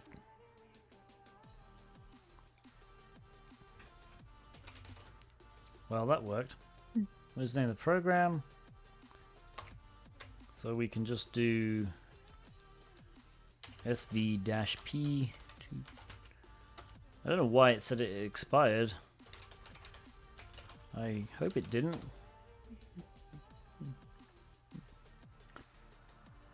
Did it just tell that D? Cool. All right. We are done. Until next Friday. No, so okay. We've done the last 7 days of Advent of Cyber. Yeah, great work, team. I've got a hang on, let's do this one. We're in this time. Alright. Let's turn off this attack box. So, the other part of the stream, as I was saying before, was gonna be doing some Active Directory. And I think it would be interesting on Fridays to work through Holo, which is the free Active Directory lab. Just a guy, I'm doing a walkthrough for day 11, which is tomorrow.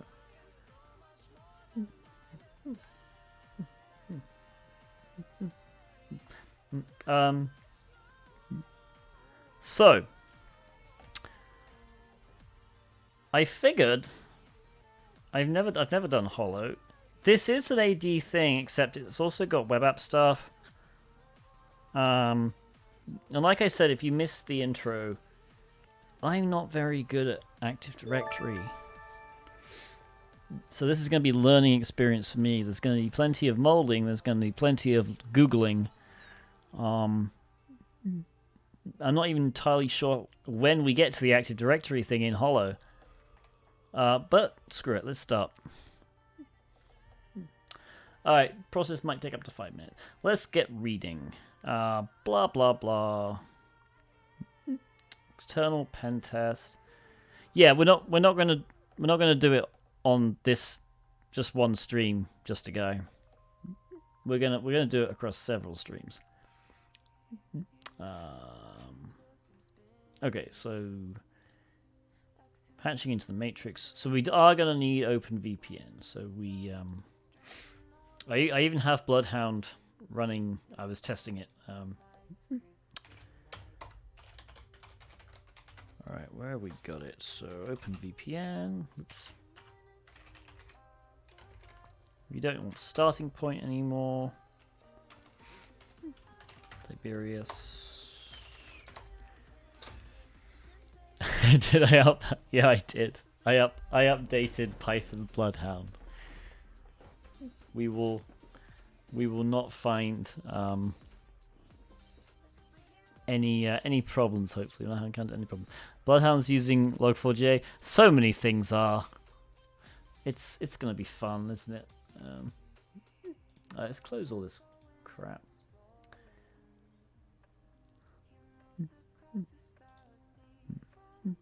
Yeah, it was funny watching Al.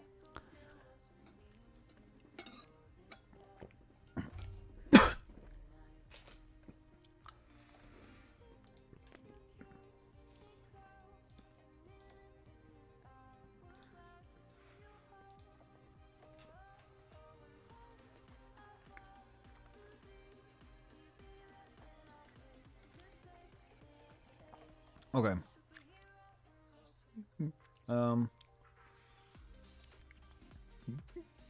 Kill chain. My goodness. Alright. Flag submission panel. That's kind of nice. Ponying in prizes. Don't care about that. It's also, the deadline was months ago.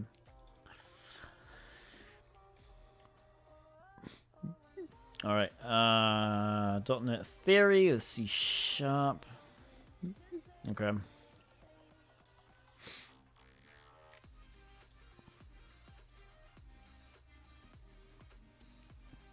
I'm just going to say we completed all this. If we need to go back to it, we will. Initial recon. Did I actually...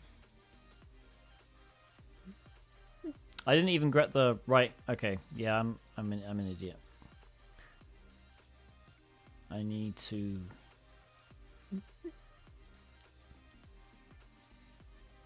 I need to do that. Alright.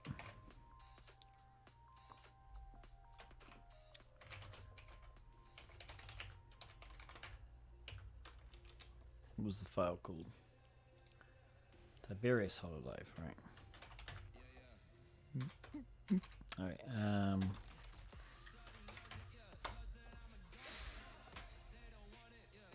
cool.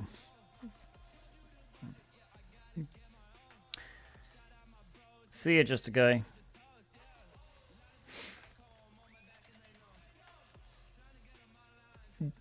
Yeah, Holo is quite large. I'm not sure how far we'll get today.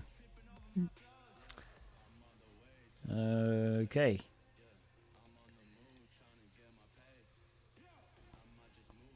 Let's there.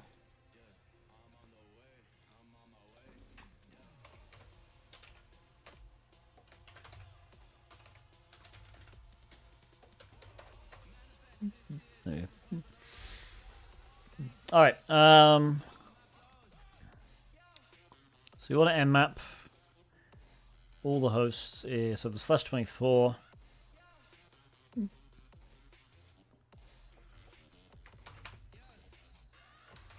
Let's run it with sudo so we get syn scans.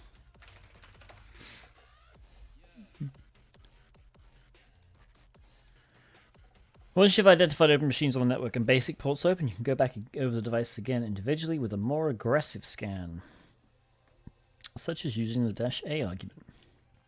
What is the last octet of the IP address of the public-facing web server? Why did I do that? Yeah. I'm guessing it's 144.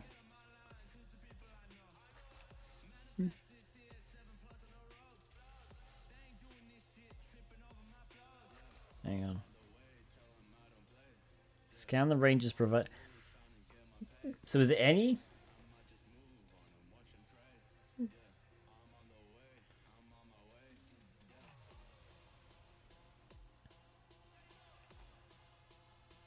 I didn't even notice the X. Well,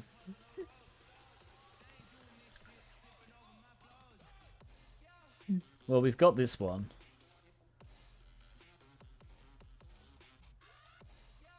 I mean, the X could be anything, so... Does it really want us to scan 65,000 hosts? Let's just do this. Oh my goodness. Why'd it do that? Alright,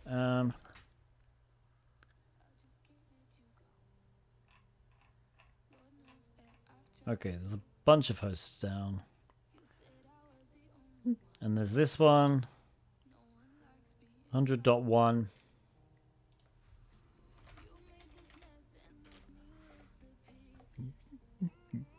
Alright. Can get rid of that. Last octet of the IP address of the public-facing web server. Well, it's not 1, so I'm guessing we do need to scan.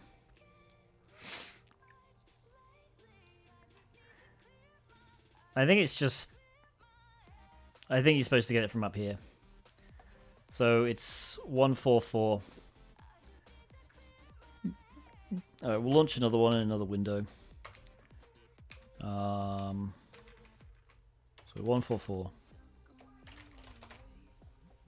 I would imagine.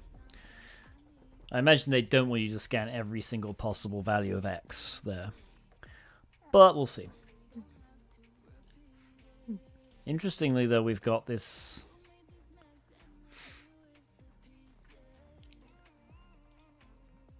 this Netgear. Or is that my Netgear? That's my Netgear, isn't it?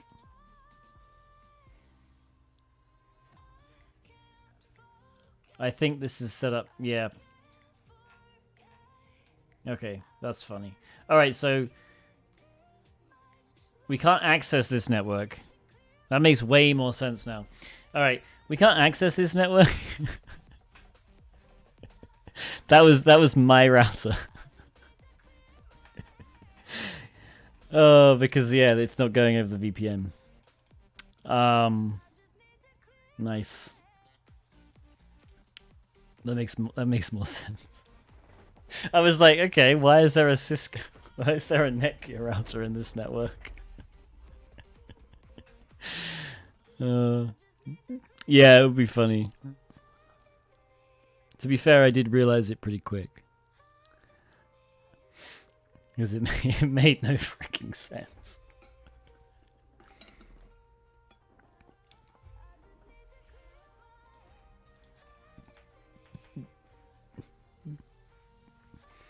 Yeah, so this is supposed to be an external pen test. This is obviously clearly supposed to be the internal range, and this, even though it's also an internal range, is supposed to be the external range, right?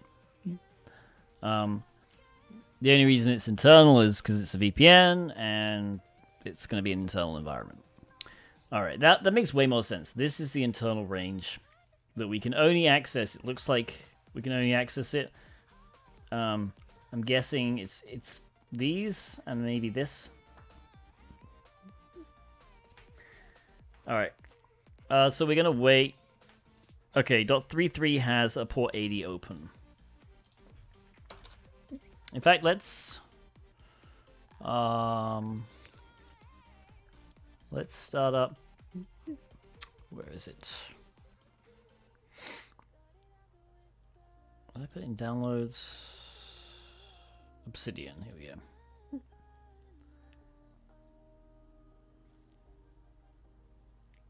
Alright,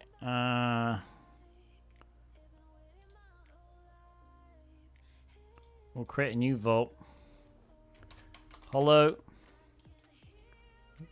And we'll put it in TryHackMe Holo. Notes, maybe? Actually, no, that's fine.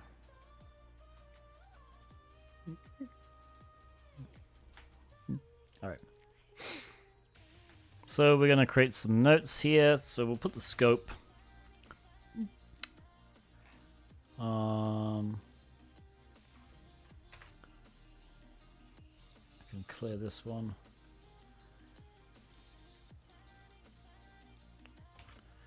I'm just going to set... this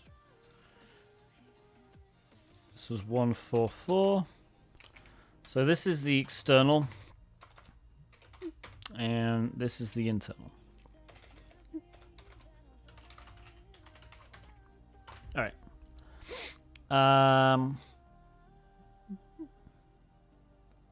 So we already have some nice ports here. We'll wait for this to finish. How many ports are open on the web server? Currently there's 3. It hasn't finished scanning that. We can take a stab in the dark at 3. It is correct. What content management... No, that's not content management system. What's that?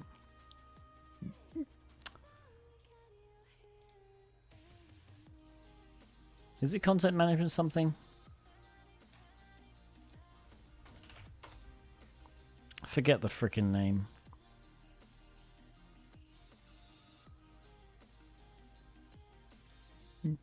If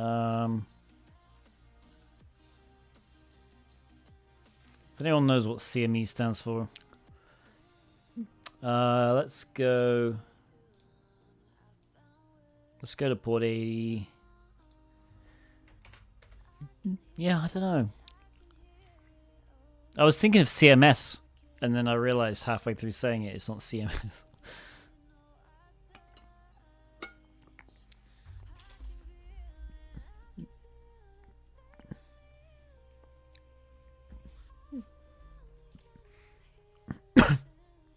All right, what's this? Generate press.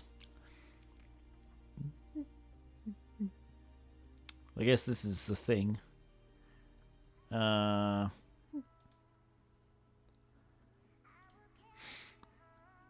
Except it can't be because that doesn't fit.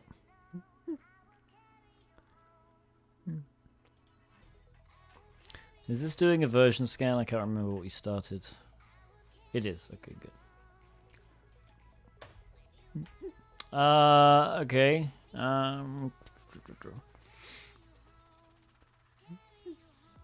This is WordPress. All right. You can tell because WP includes. Let me zoom in.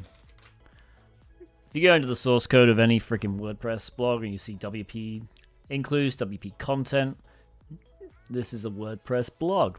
All right. So I think they do mean CMS then. Because WordPress is technically a content management system. Is there like a content management engine? Is that... No. I think there's a typo.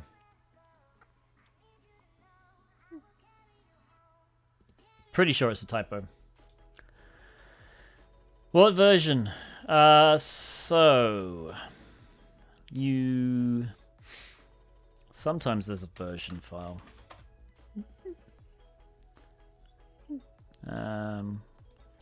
Sometimes there's a README.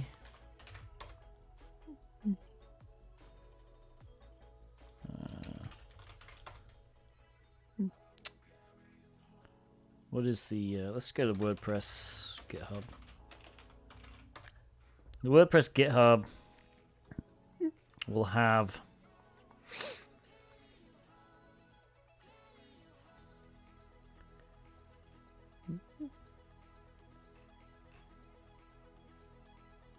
readme.html, that's it. There we go. Alright, that's the correct. So sometimes you'll find the version here. Otherwise, the license. No.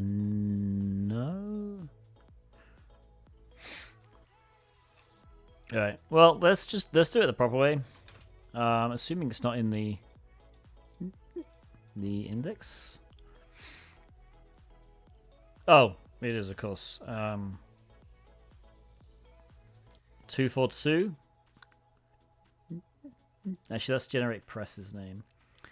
So other places version numbers might be in the URLs used.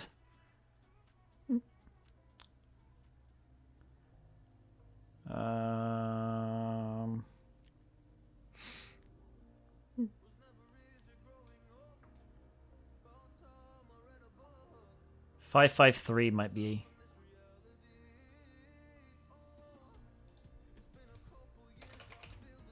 .553.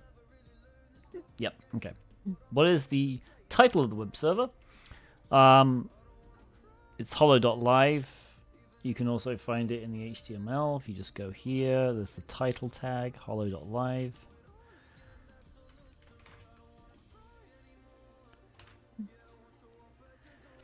Alright, we've done the first section. Yay.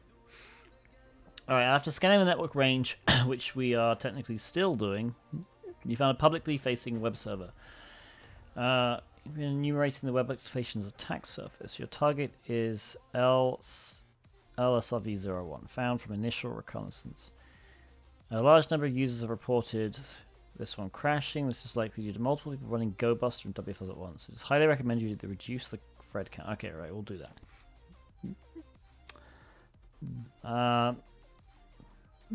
Virtual host.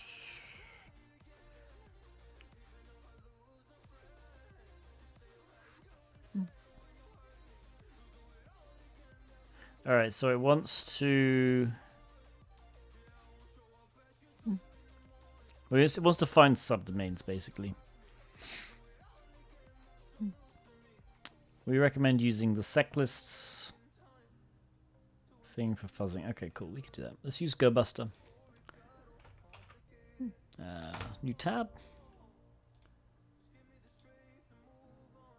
I can probably just exit that one. All right. GoBuster has a vhost name. So for anyone who doesn't know what vhosts are,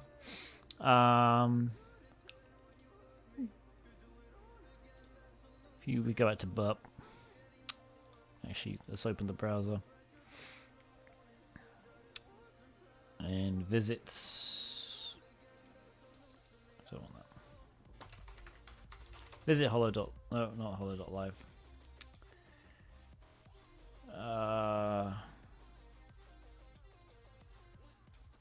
We visit this.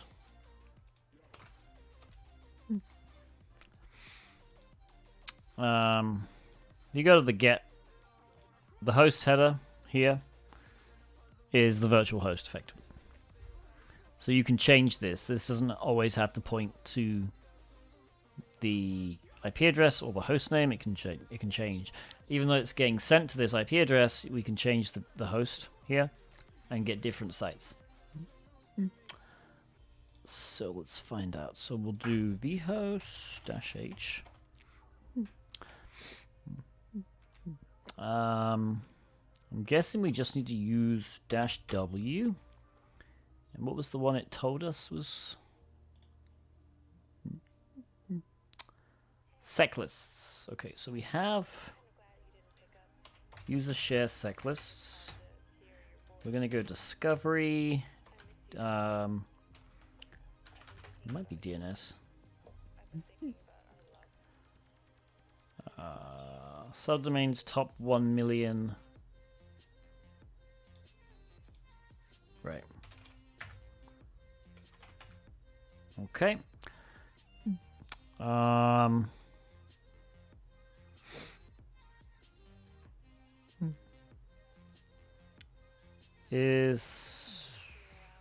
that's just going to be subdomains. I'm guessing it's going to be holo.live would be the actual subdomain we want to use. Maybe we should set holo.live in our hosts file. Let's do it here. And 10.200.144.33. 10.200.144.33. Go to holo.live. And now what we can do is we can actually just go to holo.live now. Not dub.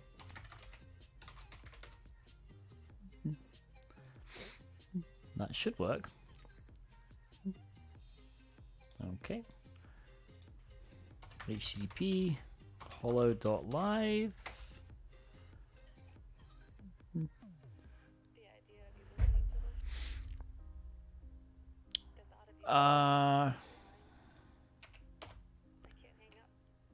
Did I get the wrong IP? 10.200.144.33.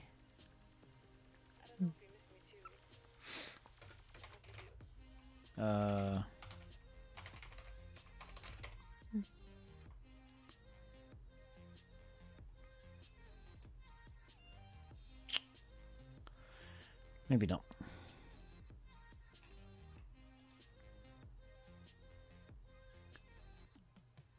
Alright, so now we just want holo.live. Let's just, try that and see if that works. 10 threads.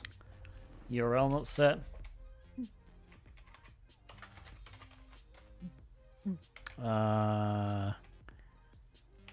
-u.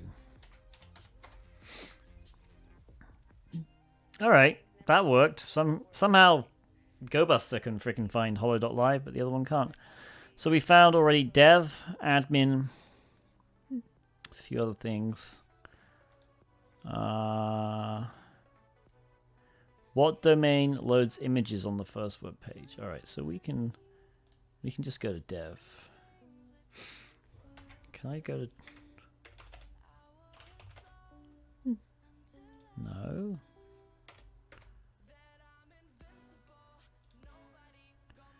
Have I got something set?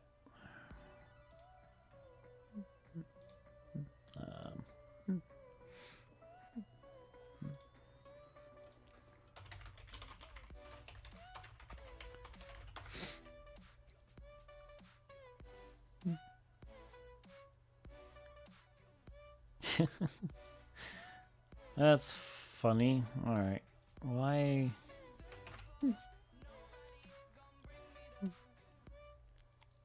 I don't know why that's working for some reason. What we can do though, we can set it in burp.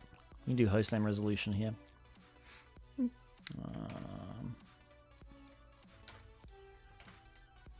Dev.holo.live.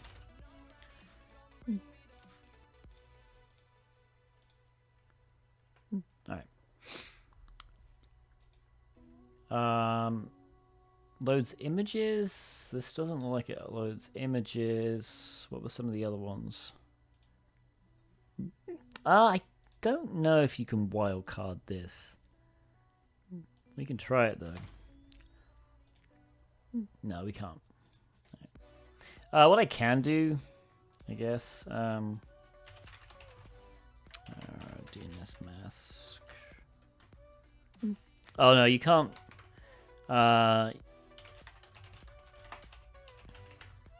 You can't do wildcards in it's Etsy hosts.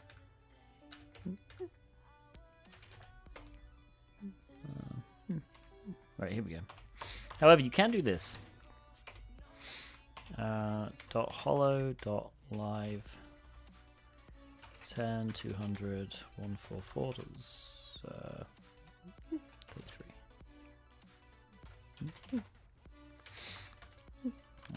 DNS mask.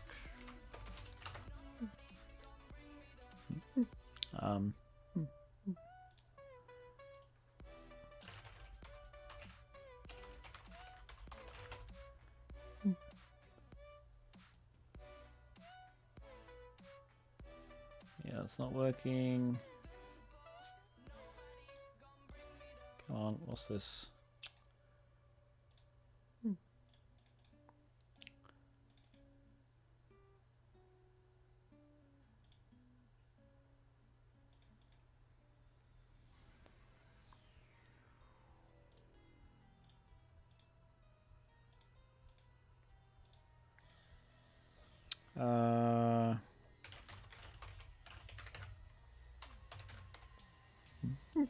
Okay.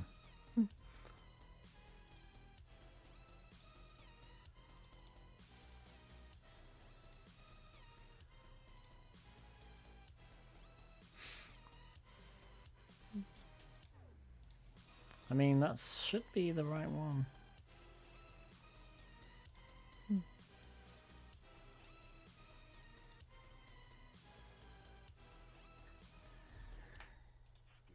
I had DNS mask working before. No, I'm not entirely sure how I had it working. Maybe if I...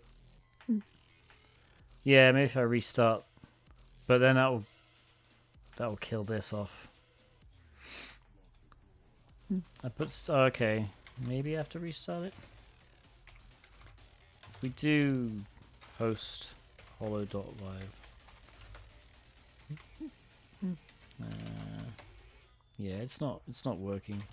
If I do dig holo.live, it's going to this. I think what I'm gonna have to do, cancel this, cancel, oh, not that, but this, and then restart the networking.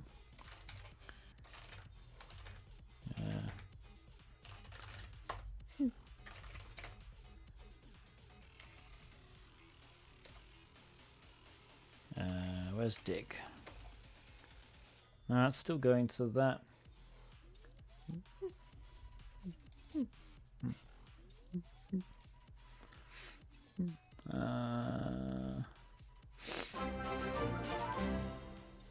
Thank you, TXOPin, for the subscription.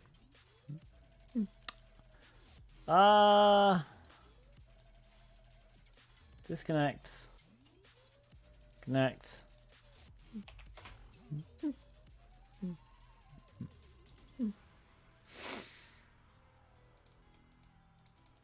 Yeah, where's... Okay.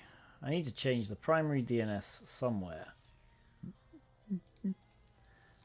So I think actually I just need to do automatic addresses only. And then the DNS servers like that.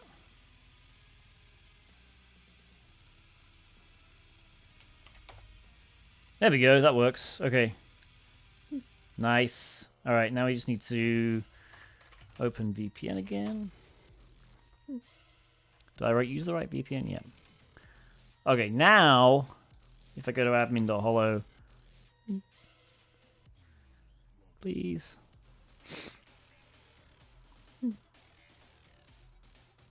Maybe if I go dev, remove that.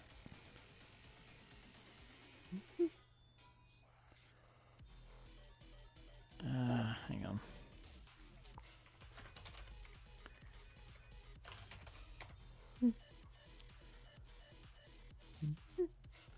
Alright, I've clearly not done it right.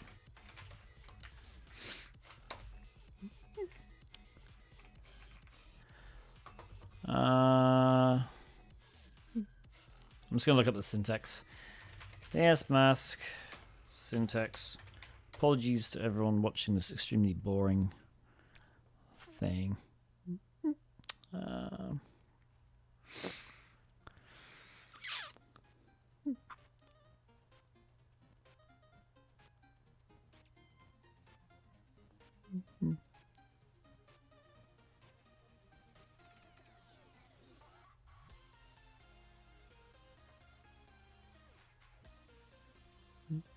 I'm just going to DNS mask wildcard server. Yeah, that's right. Oh, it's address. Oh, I'm an idiot. This is the server, which means it's going to try and connect to this IP address to do DNS lookups for everything in here. I need to do address. There we go. Alright, we'll restart the service. Now everything should still work. If I refresh, well, at least I could try and do a dig.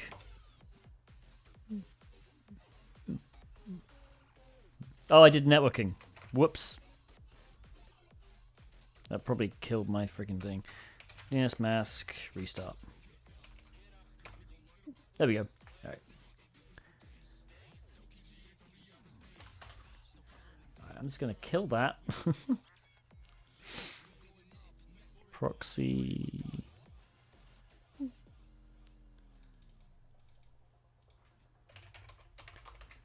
Dev, unknown host. Why?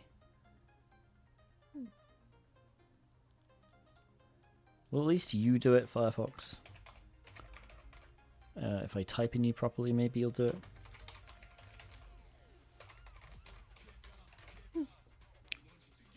Okay, Firefox works. Why won't you burp? Unknown host. Please tell me we don't have to restart burp.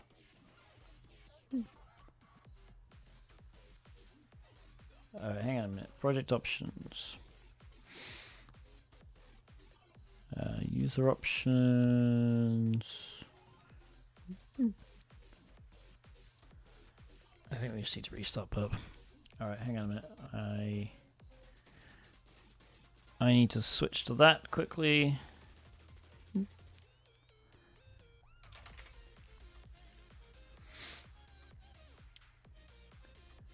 Oh, I will literally be right back once I've started burp, because as I have said before on stream, burp shows your name in the startup thing because it's licensed. At least Burp Pro does. And I would rather you guys not know my name. It is appreciated. My name is Tiberius. Alright, please frickin' work. Proxy's on. There we go. Just need to be restarted. Alright, let's rerun the Go Buster.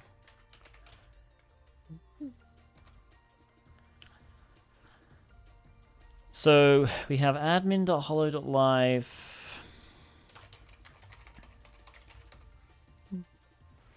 Okay. We also had dub.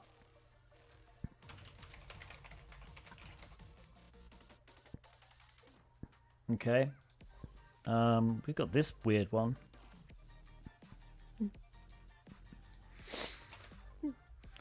I mean, I'm guessing this loads the images, right? So is it dub.holo.live? Yeah, okay. What are the other two domains present on the web server? Alphabetical order. It's admin.holo.live and dev.holo.live. Okay, cool. I guess actually we didn't need to fuzz the rest then. Those are the only two. Alright. Now we have a basic idea of the web server's virtual host infrastructure. We can continue our asset discovery by brute forcing directories and files. Alright.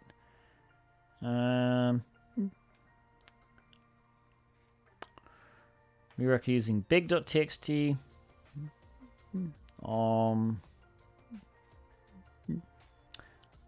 For all of them?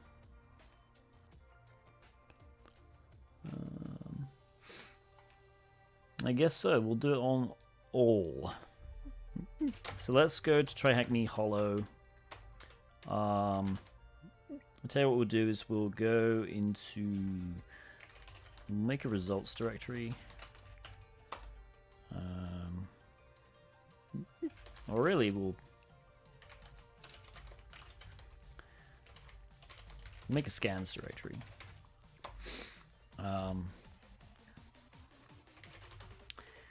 We'll do www.holo.live, admin.holo.live, and dev.holo.live. And let's do www first. We'll go buster directory -u http www.holo.live. Set the threads to 10. The word we want share seclists discovery web content big, and then I think the output's just -o. I'm just going to double check though. Yeah. Okay, -o. We will do big.txt.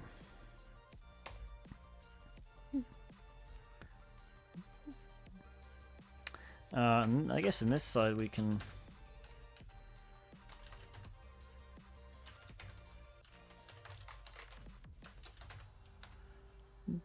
just tail it.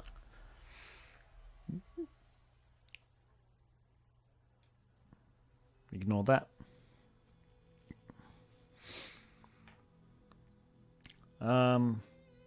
Okay. So it looks like we got /o. That could be interesting. /0, I mean. That redirects. No, it doesn't. It just, for some reason, wanted me to...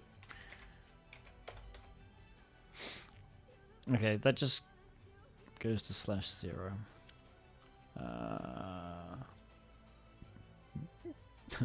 We got a /admin.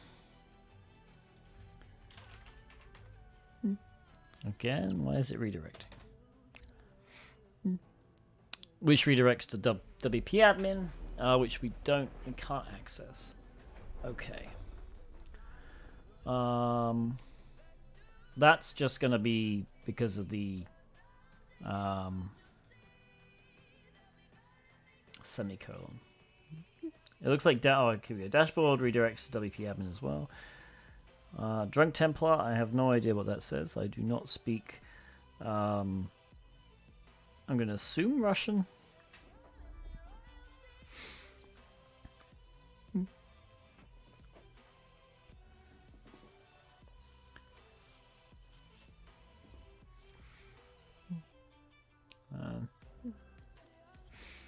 Okay, we've got fixed. Big fan. Appreciate it, man. Let's see what fixed has. Why does it keep redirecting me?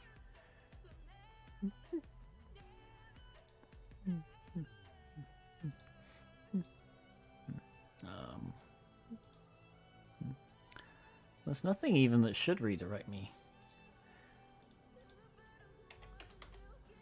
This is weird because it was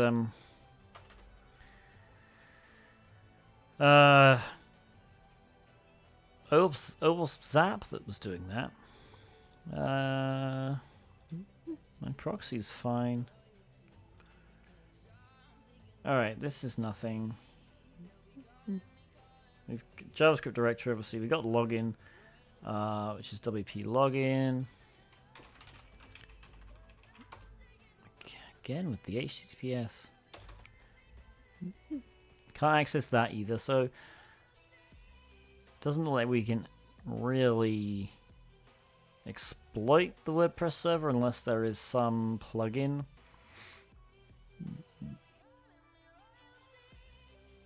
There's a plugin vulnerability we can exploit, maybe. At which point we can run WP scan and see. Let's create some more here. So we have www.holo.live, which appears to be WordPress. 180. WordPress, WP admin,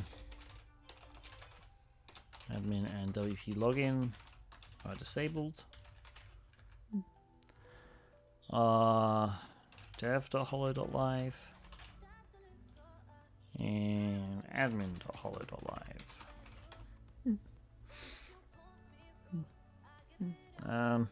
We have a robots.txt we could look at.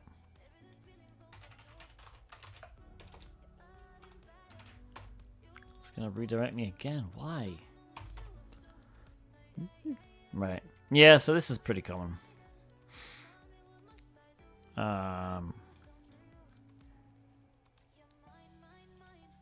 What was the question? What file leaks the web server's current directory?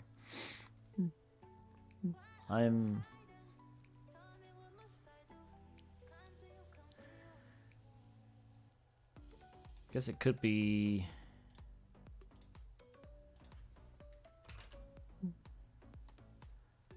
No. Alright, we're almost done here. Then we'll start. Let's do dev.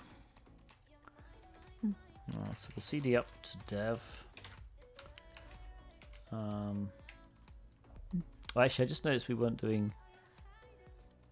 Probably should be doing PHP.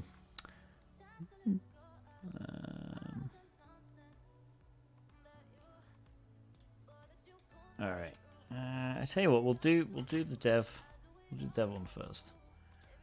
Is there a clue to the types of files being used here? I imagine it's still PHP. So what we'll do is we'll rerun that command.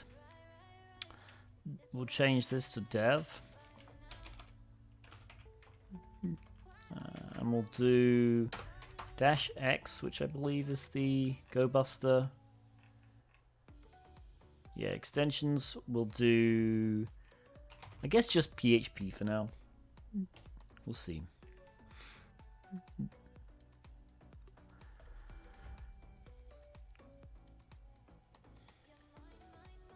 Should probably change the subject to Holo Network. There we go.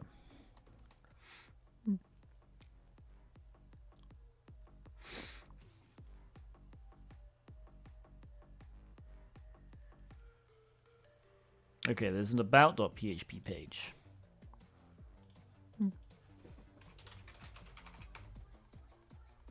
Alright.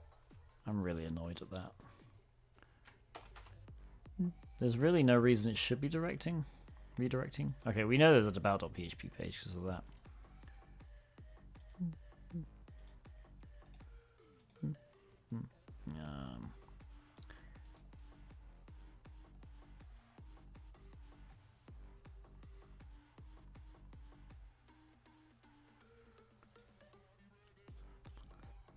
Admin.php. Okay, here we go.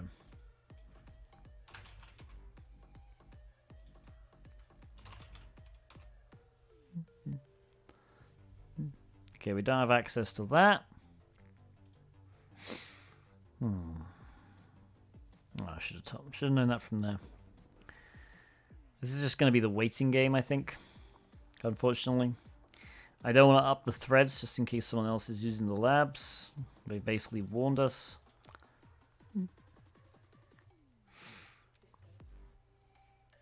Okay, it does say we recommend sticking between 30 and 40. Maybe I'll run it at 30 next time.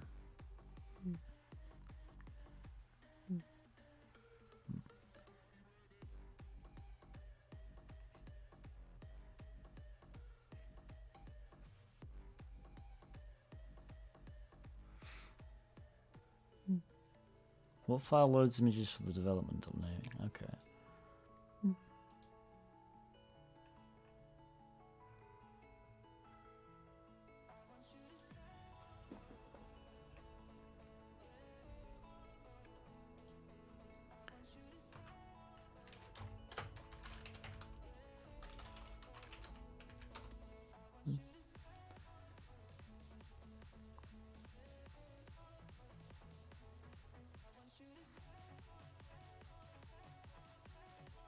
I'll tell you what we can do.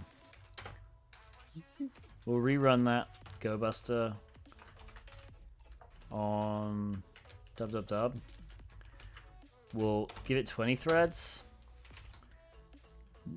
We'll do the XPHP. Yeah.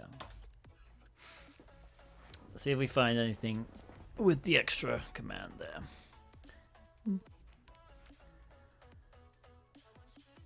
img.php looks good. No, I'm going to use this. Okay. There was an images directory. No.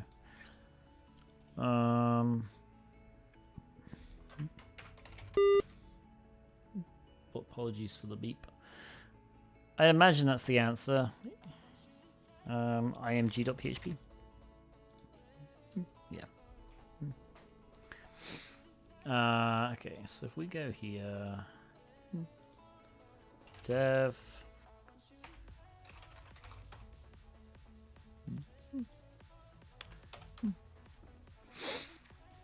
view page. No, there's nothing on that. Okay. Is there anything in the? Oh, I know why it's doing this.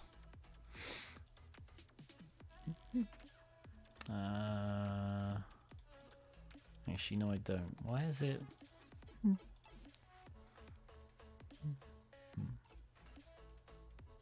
Okay, yeah, I don't know why it's doing that. It really shouldn't be redirecting that way.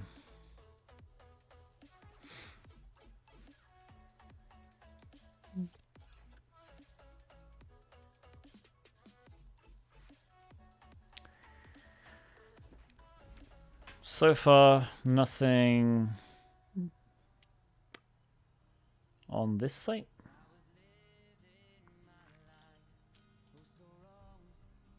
Already saw dashboard, it just redirects to the admin page. I'm going to try closing this.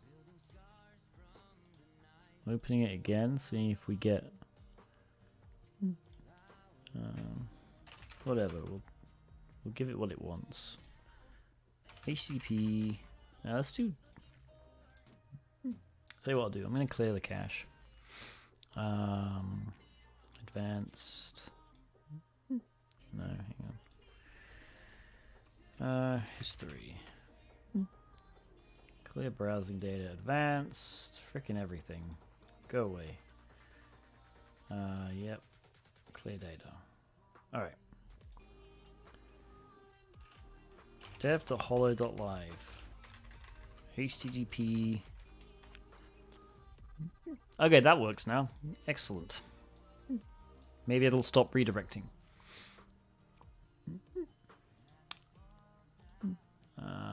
Alright, so... Once this is done, we'll run it against the admin web app and see if we can find anything else.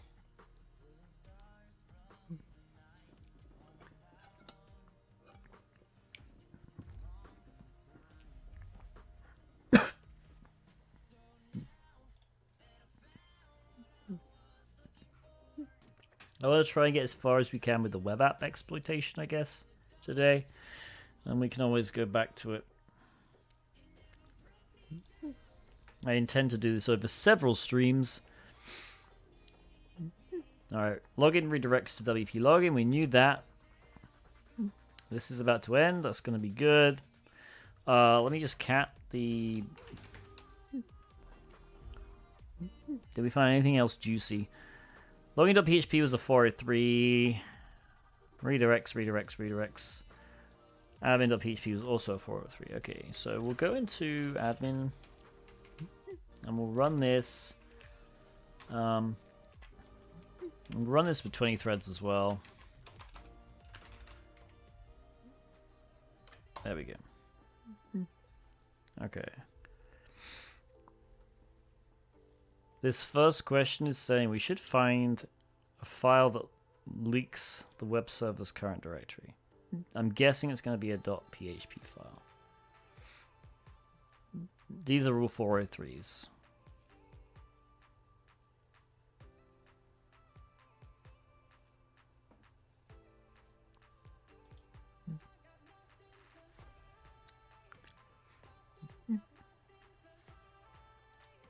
Is everyone enjoying this, by the way?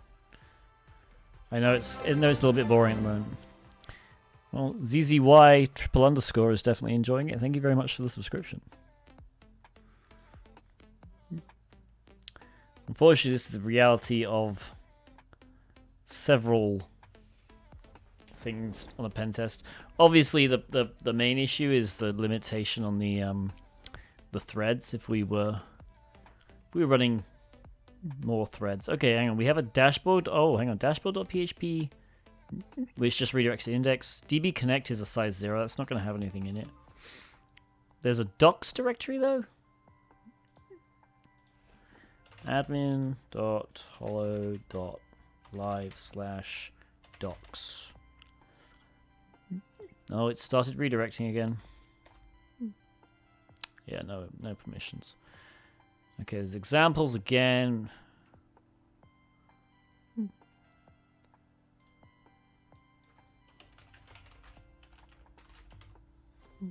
Oh.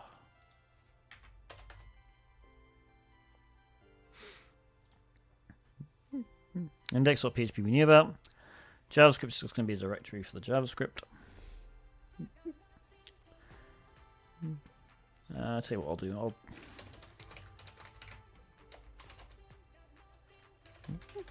Let's do tail-f. There we go.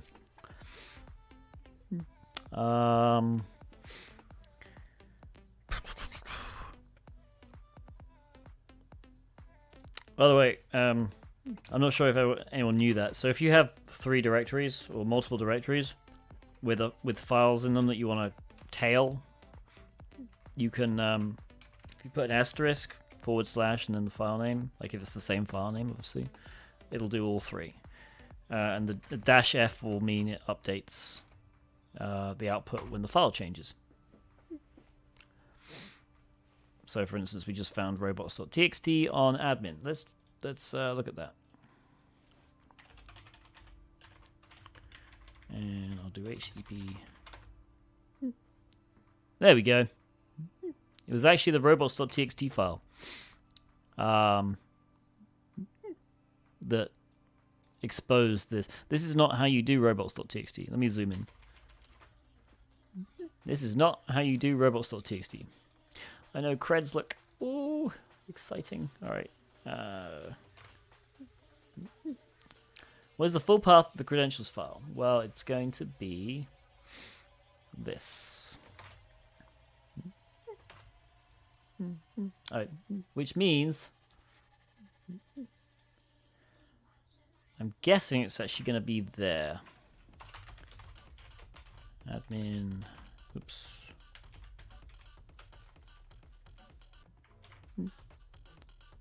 No, is it going to be at... Come on. Alright, it's not going to be that easy. Is there a db.php there? Why, Burp? Why are you betraying me? Okay, there's no db.php.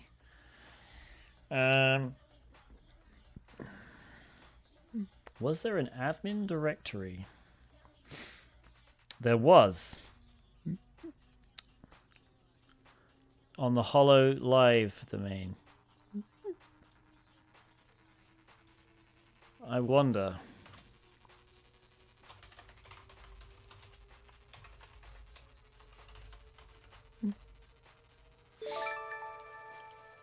No. All right. It's entirely possible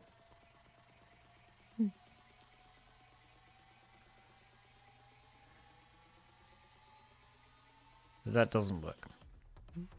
I want to...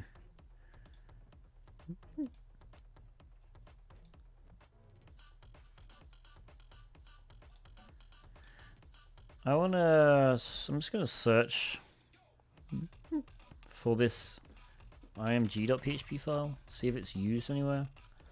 Response body. Alright, it's used in talents.php. There we go. Alright, here we go.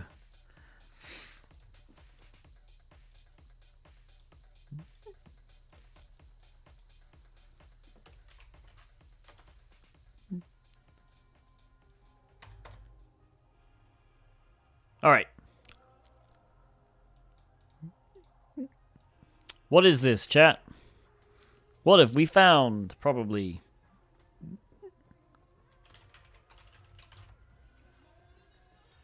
Alright, I'm gonna... Yeah. Yeah, we found it. We found it. We're so in. Alright. So...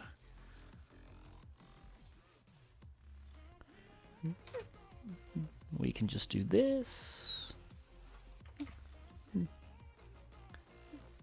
Boom. Alright, let's update our notes. Let's be good hackers. So on the admin domain, we found this lovely... I'll put port 80. 80. We'll copy the contents of this.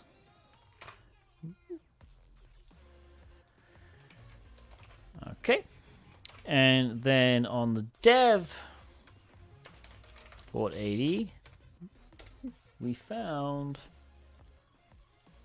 this. Blah, blah, blah. I'll just label LFI. Yeah. Which means when we copy this URL, we can get the Oops.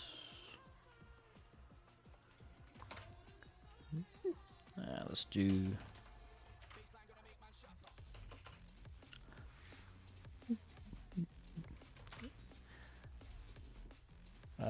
Edit this part seems not necessary since the same info can be read from the WP config file. But it's nice to know.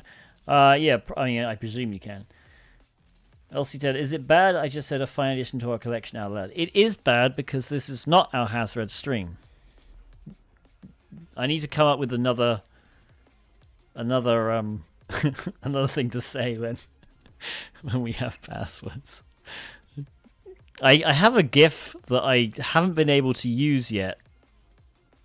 Which let's just use it now, even though the password is not. The password is password?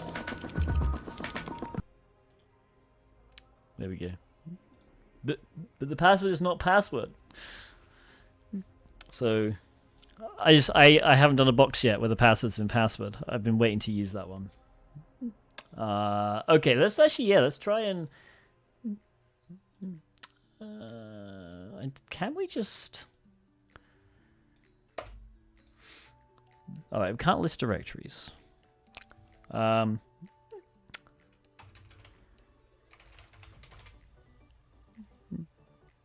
this is the problem because we know there's an admin. All right, this is where we're going to. So we know there's an admin directory. The question is, where is the admin directory? It's the virtual events.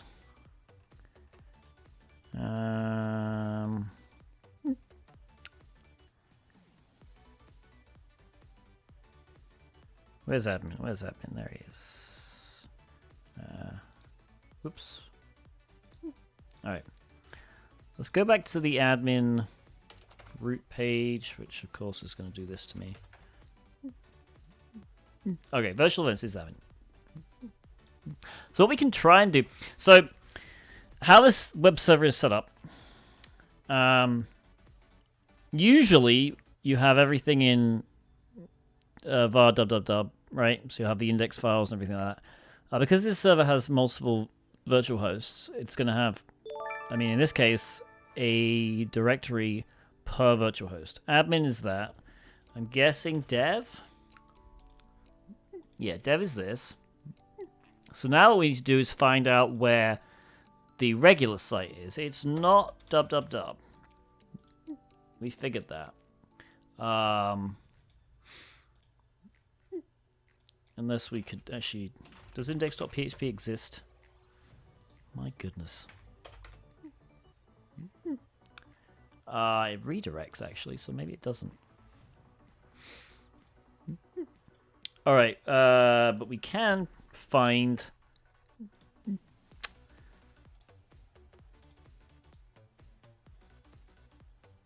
Right, so we know this file exists.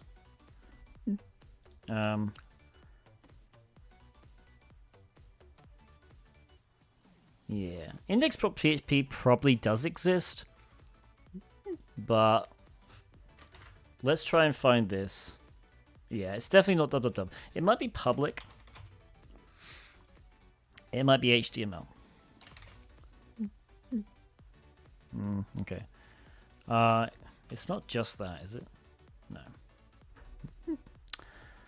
Yeah, Holo. It could be Holo. No. Alright, what we can do is send this to I sent it to itself. Okay, send this to intruder. And positions. Clear this.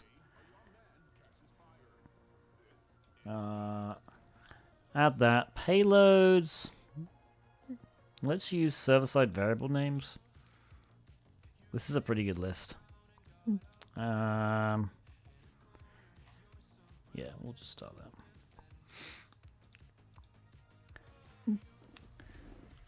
This might not find it.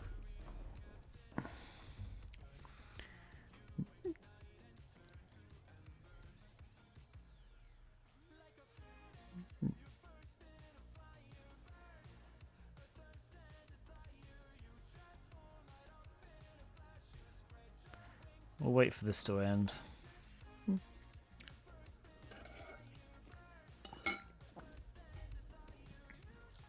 Meanwhile, we had these have all finished. All right, we can cancel this then. Didn't we have a mmap scan running somewhere? I feel like we did, and maybe I accidentally closed it. Whoops. Well, that's okay. We can do this again because we can do scans. All right, mmap. Let's do on external dot mmap. Yeah.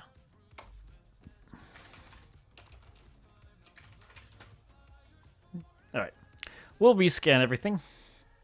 I believe though, 33 had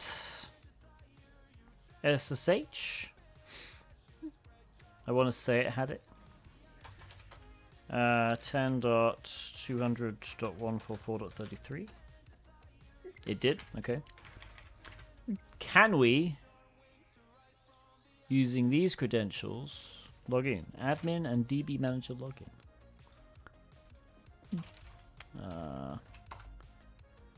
Yes. No, we cannot. Can we, however, log in here?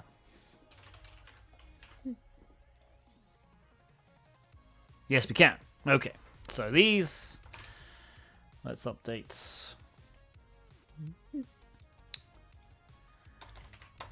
Admin, creds.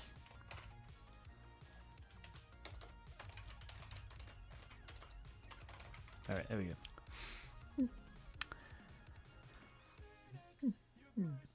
Sure, we'll save them. All right.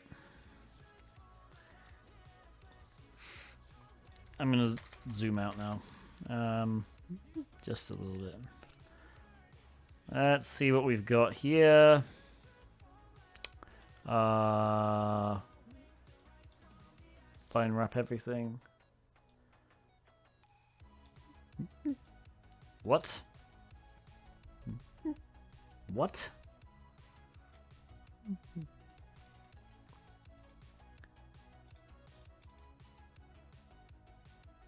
What is this? If get command is equal to null, echo pass through cat temp views, else echo.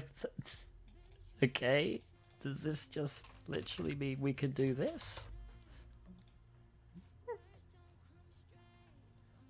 Yes? Is that supposed to happen, or is that someone else on the box who's edited this file? I mean, I realize we've just launched ahead. I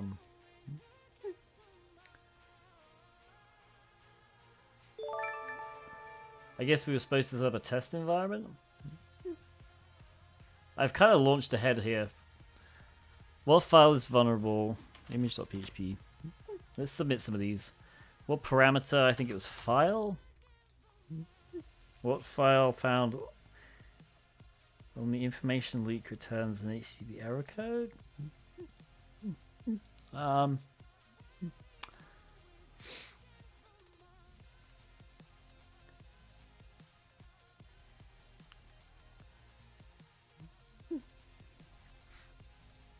Where was the error leak? Wasn't it in robots? Hang on.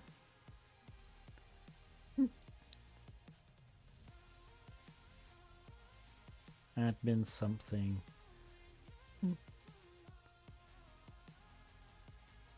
Okay, so it was this. Keep clicking up there.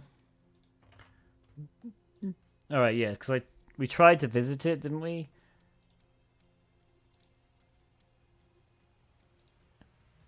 I mean, we got a 404, not a 403, but using LFI, read what are the credentials? All right, we skipped massively ahead, but let's do this. Remote control. You can fuzz for remote code execution? I don't think we need to. Oh, we can utilize code analysis. Yeah, okay. This is legit. This is dumb. Where are we?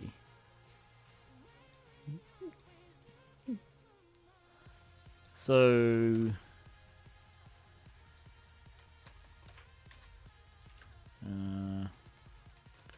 RCE. Lovely. Right, so now we can I guess start. If I just remove the view source, no, and actually set it correctly. Yeah, there we go. We get the data there. That's nice. Oh my goodness. I really don't know why. We didn't find the directory either, by the way.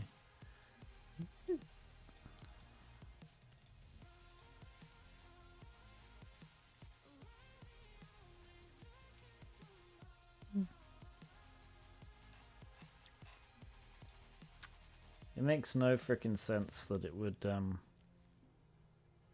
want to redirect.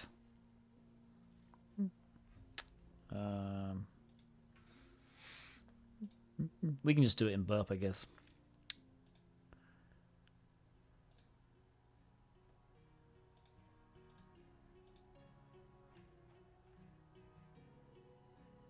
There we go.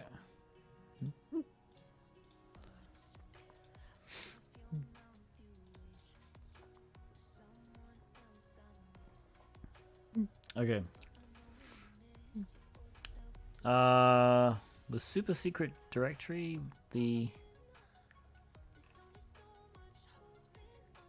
right, it was. So now we can cat db underscore connect.php.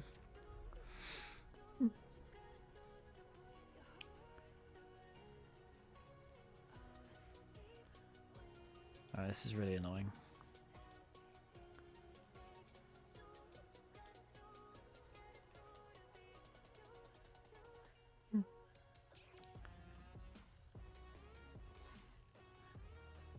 Alright, hang on, we have more credentials. The database server on .1. Okay. So if I copy this URL, this lovely thing reveals this.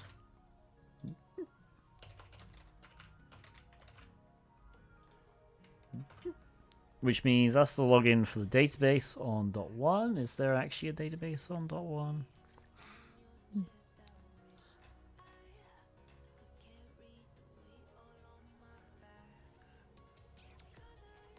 Oh, that's the internal. Right, okay. It's the internal network, so we can access the database on the internal network from there. Okay. Wait, what else do we want?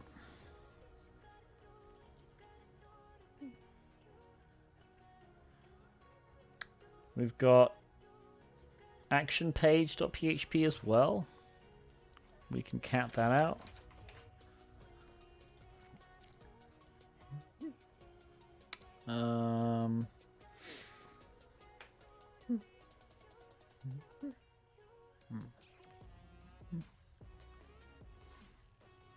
This is just the login, I guess. This is using prepared statements, so this is fine. Okay, that's not a problem. I guess we can get a shell now, though. What's the easiest way of getting a shell? I guess could try and use the bash reverse shell. I don't know if my current IP is that. It's not.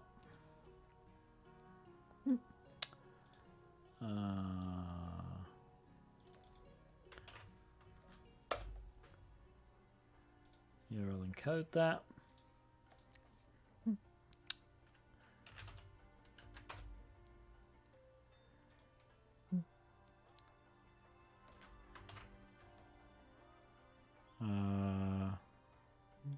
We need to URL encode that as well. And that.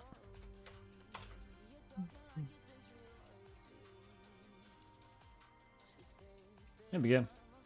The browser extension is Hack Tools.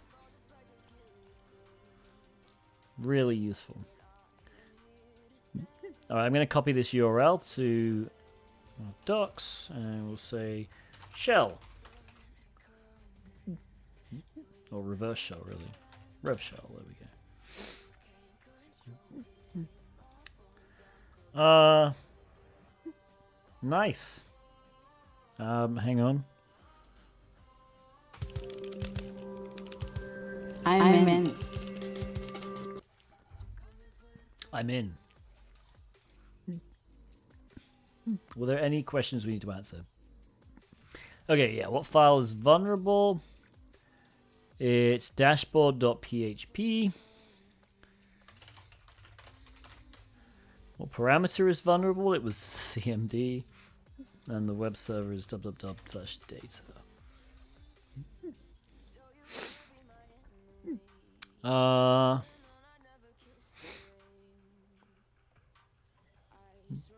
Yeah, so we can use Python to stabilize our shell. Who is the user in those GIFs? Oh, I don't know. I found them on, I think it was Giphy. I tried searching for the original context of them. I would love to know if anyone knows it. I just found there are actually more than the 6 I have, but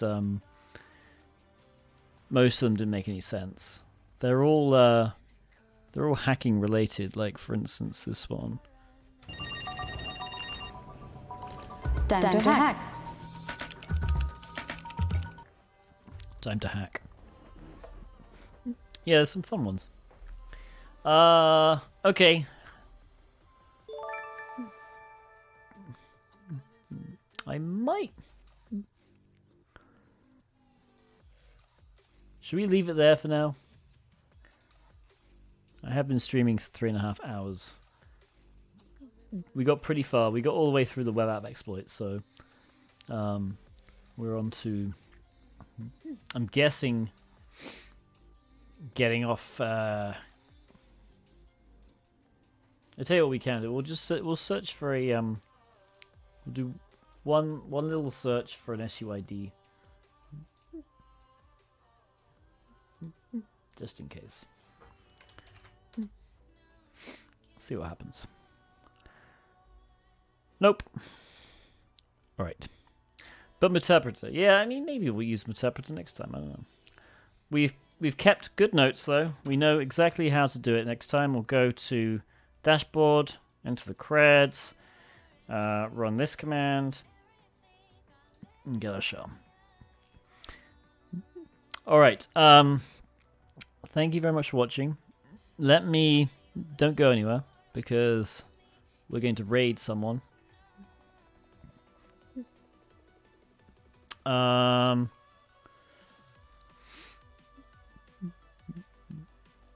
we've got 3 people we can raid. No, 2 people, sorry. We can either raid Ira Sakai or Cyber Warrior Studios. Anyone have a preference?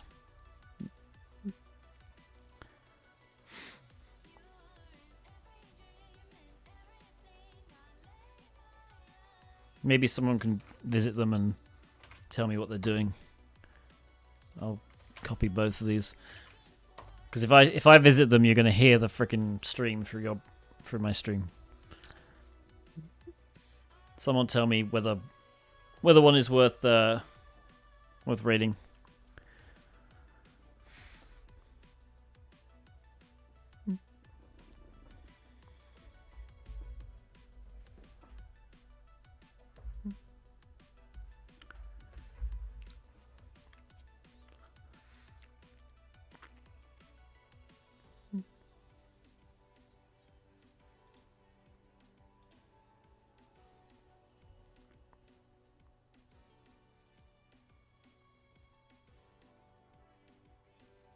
Otherwise, I'll flip a coin.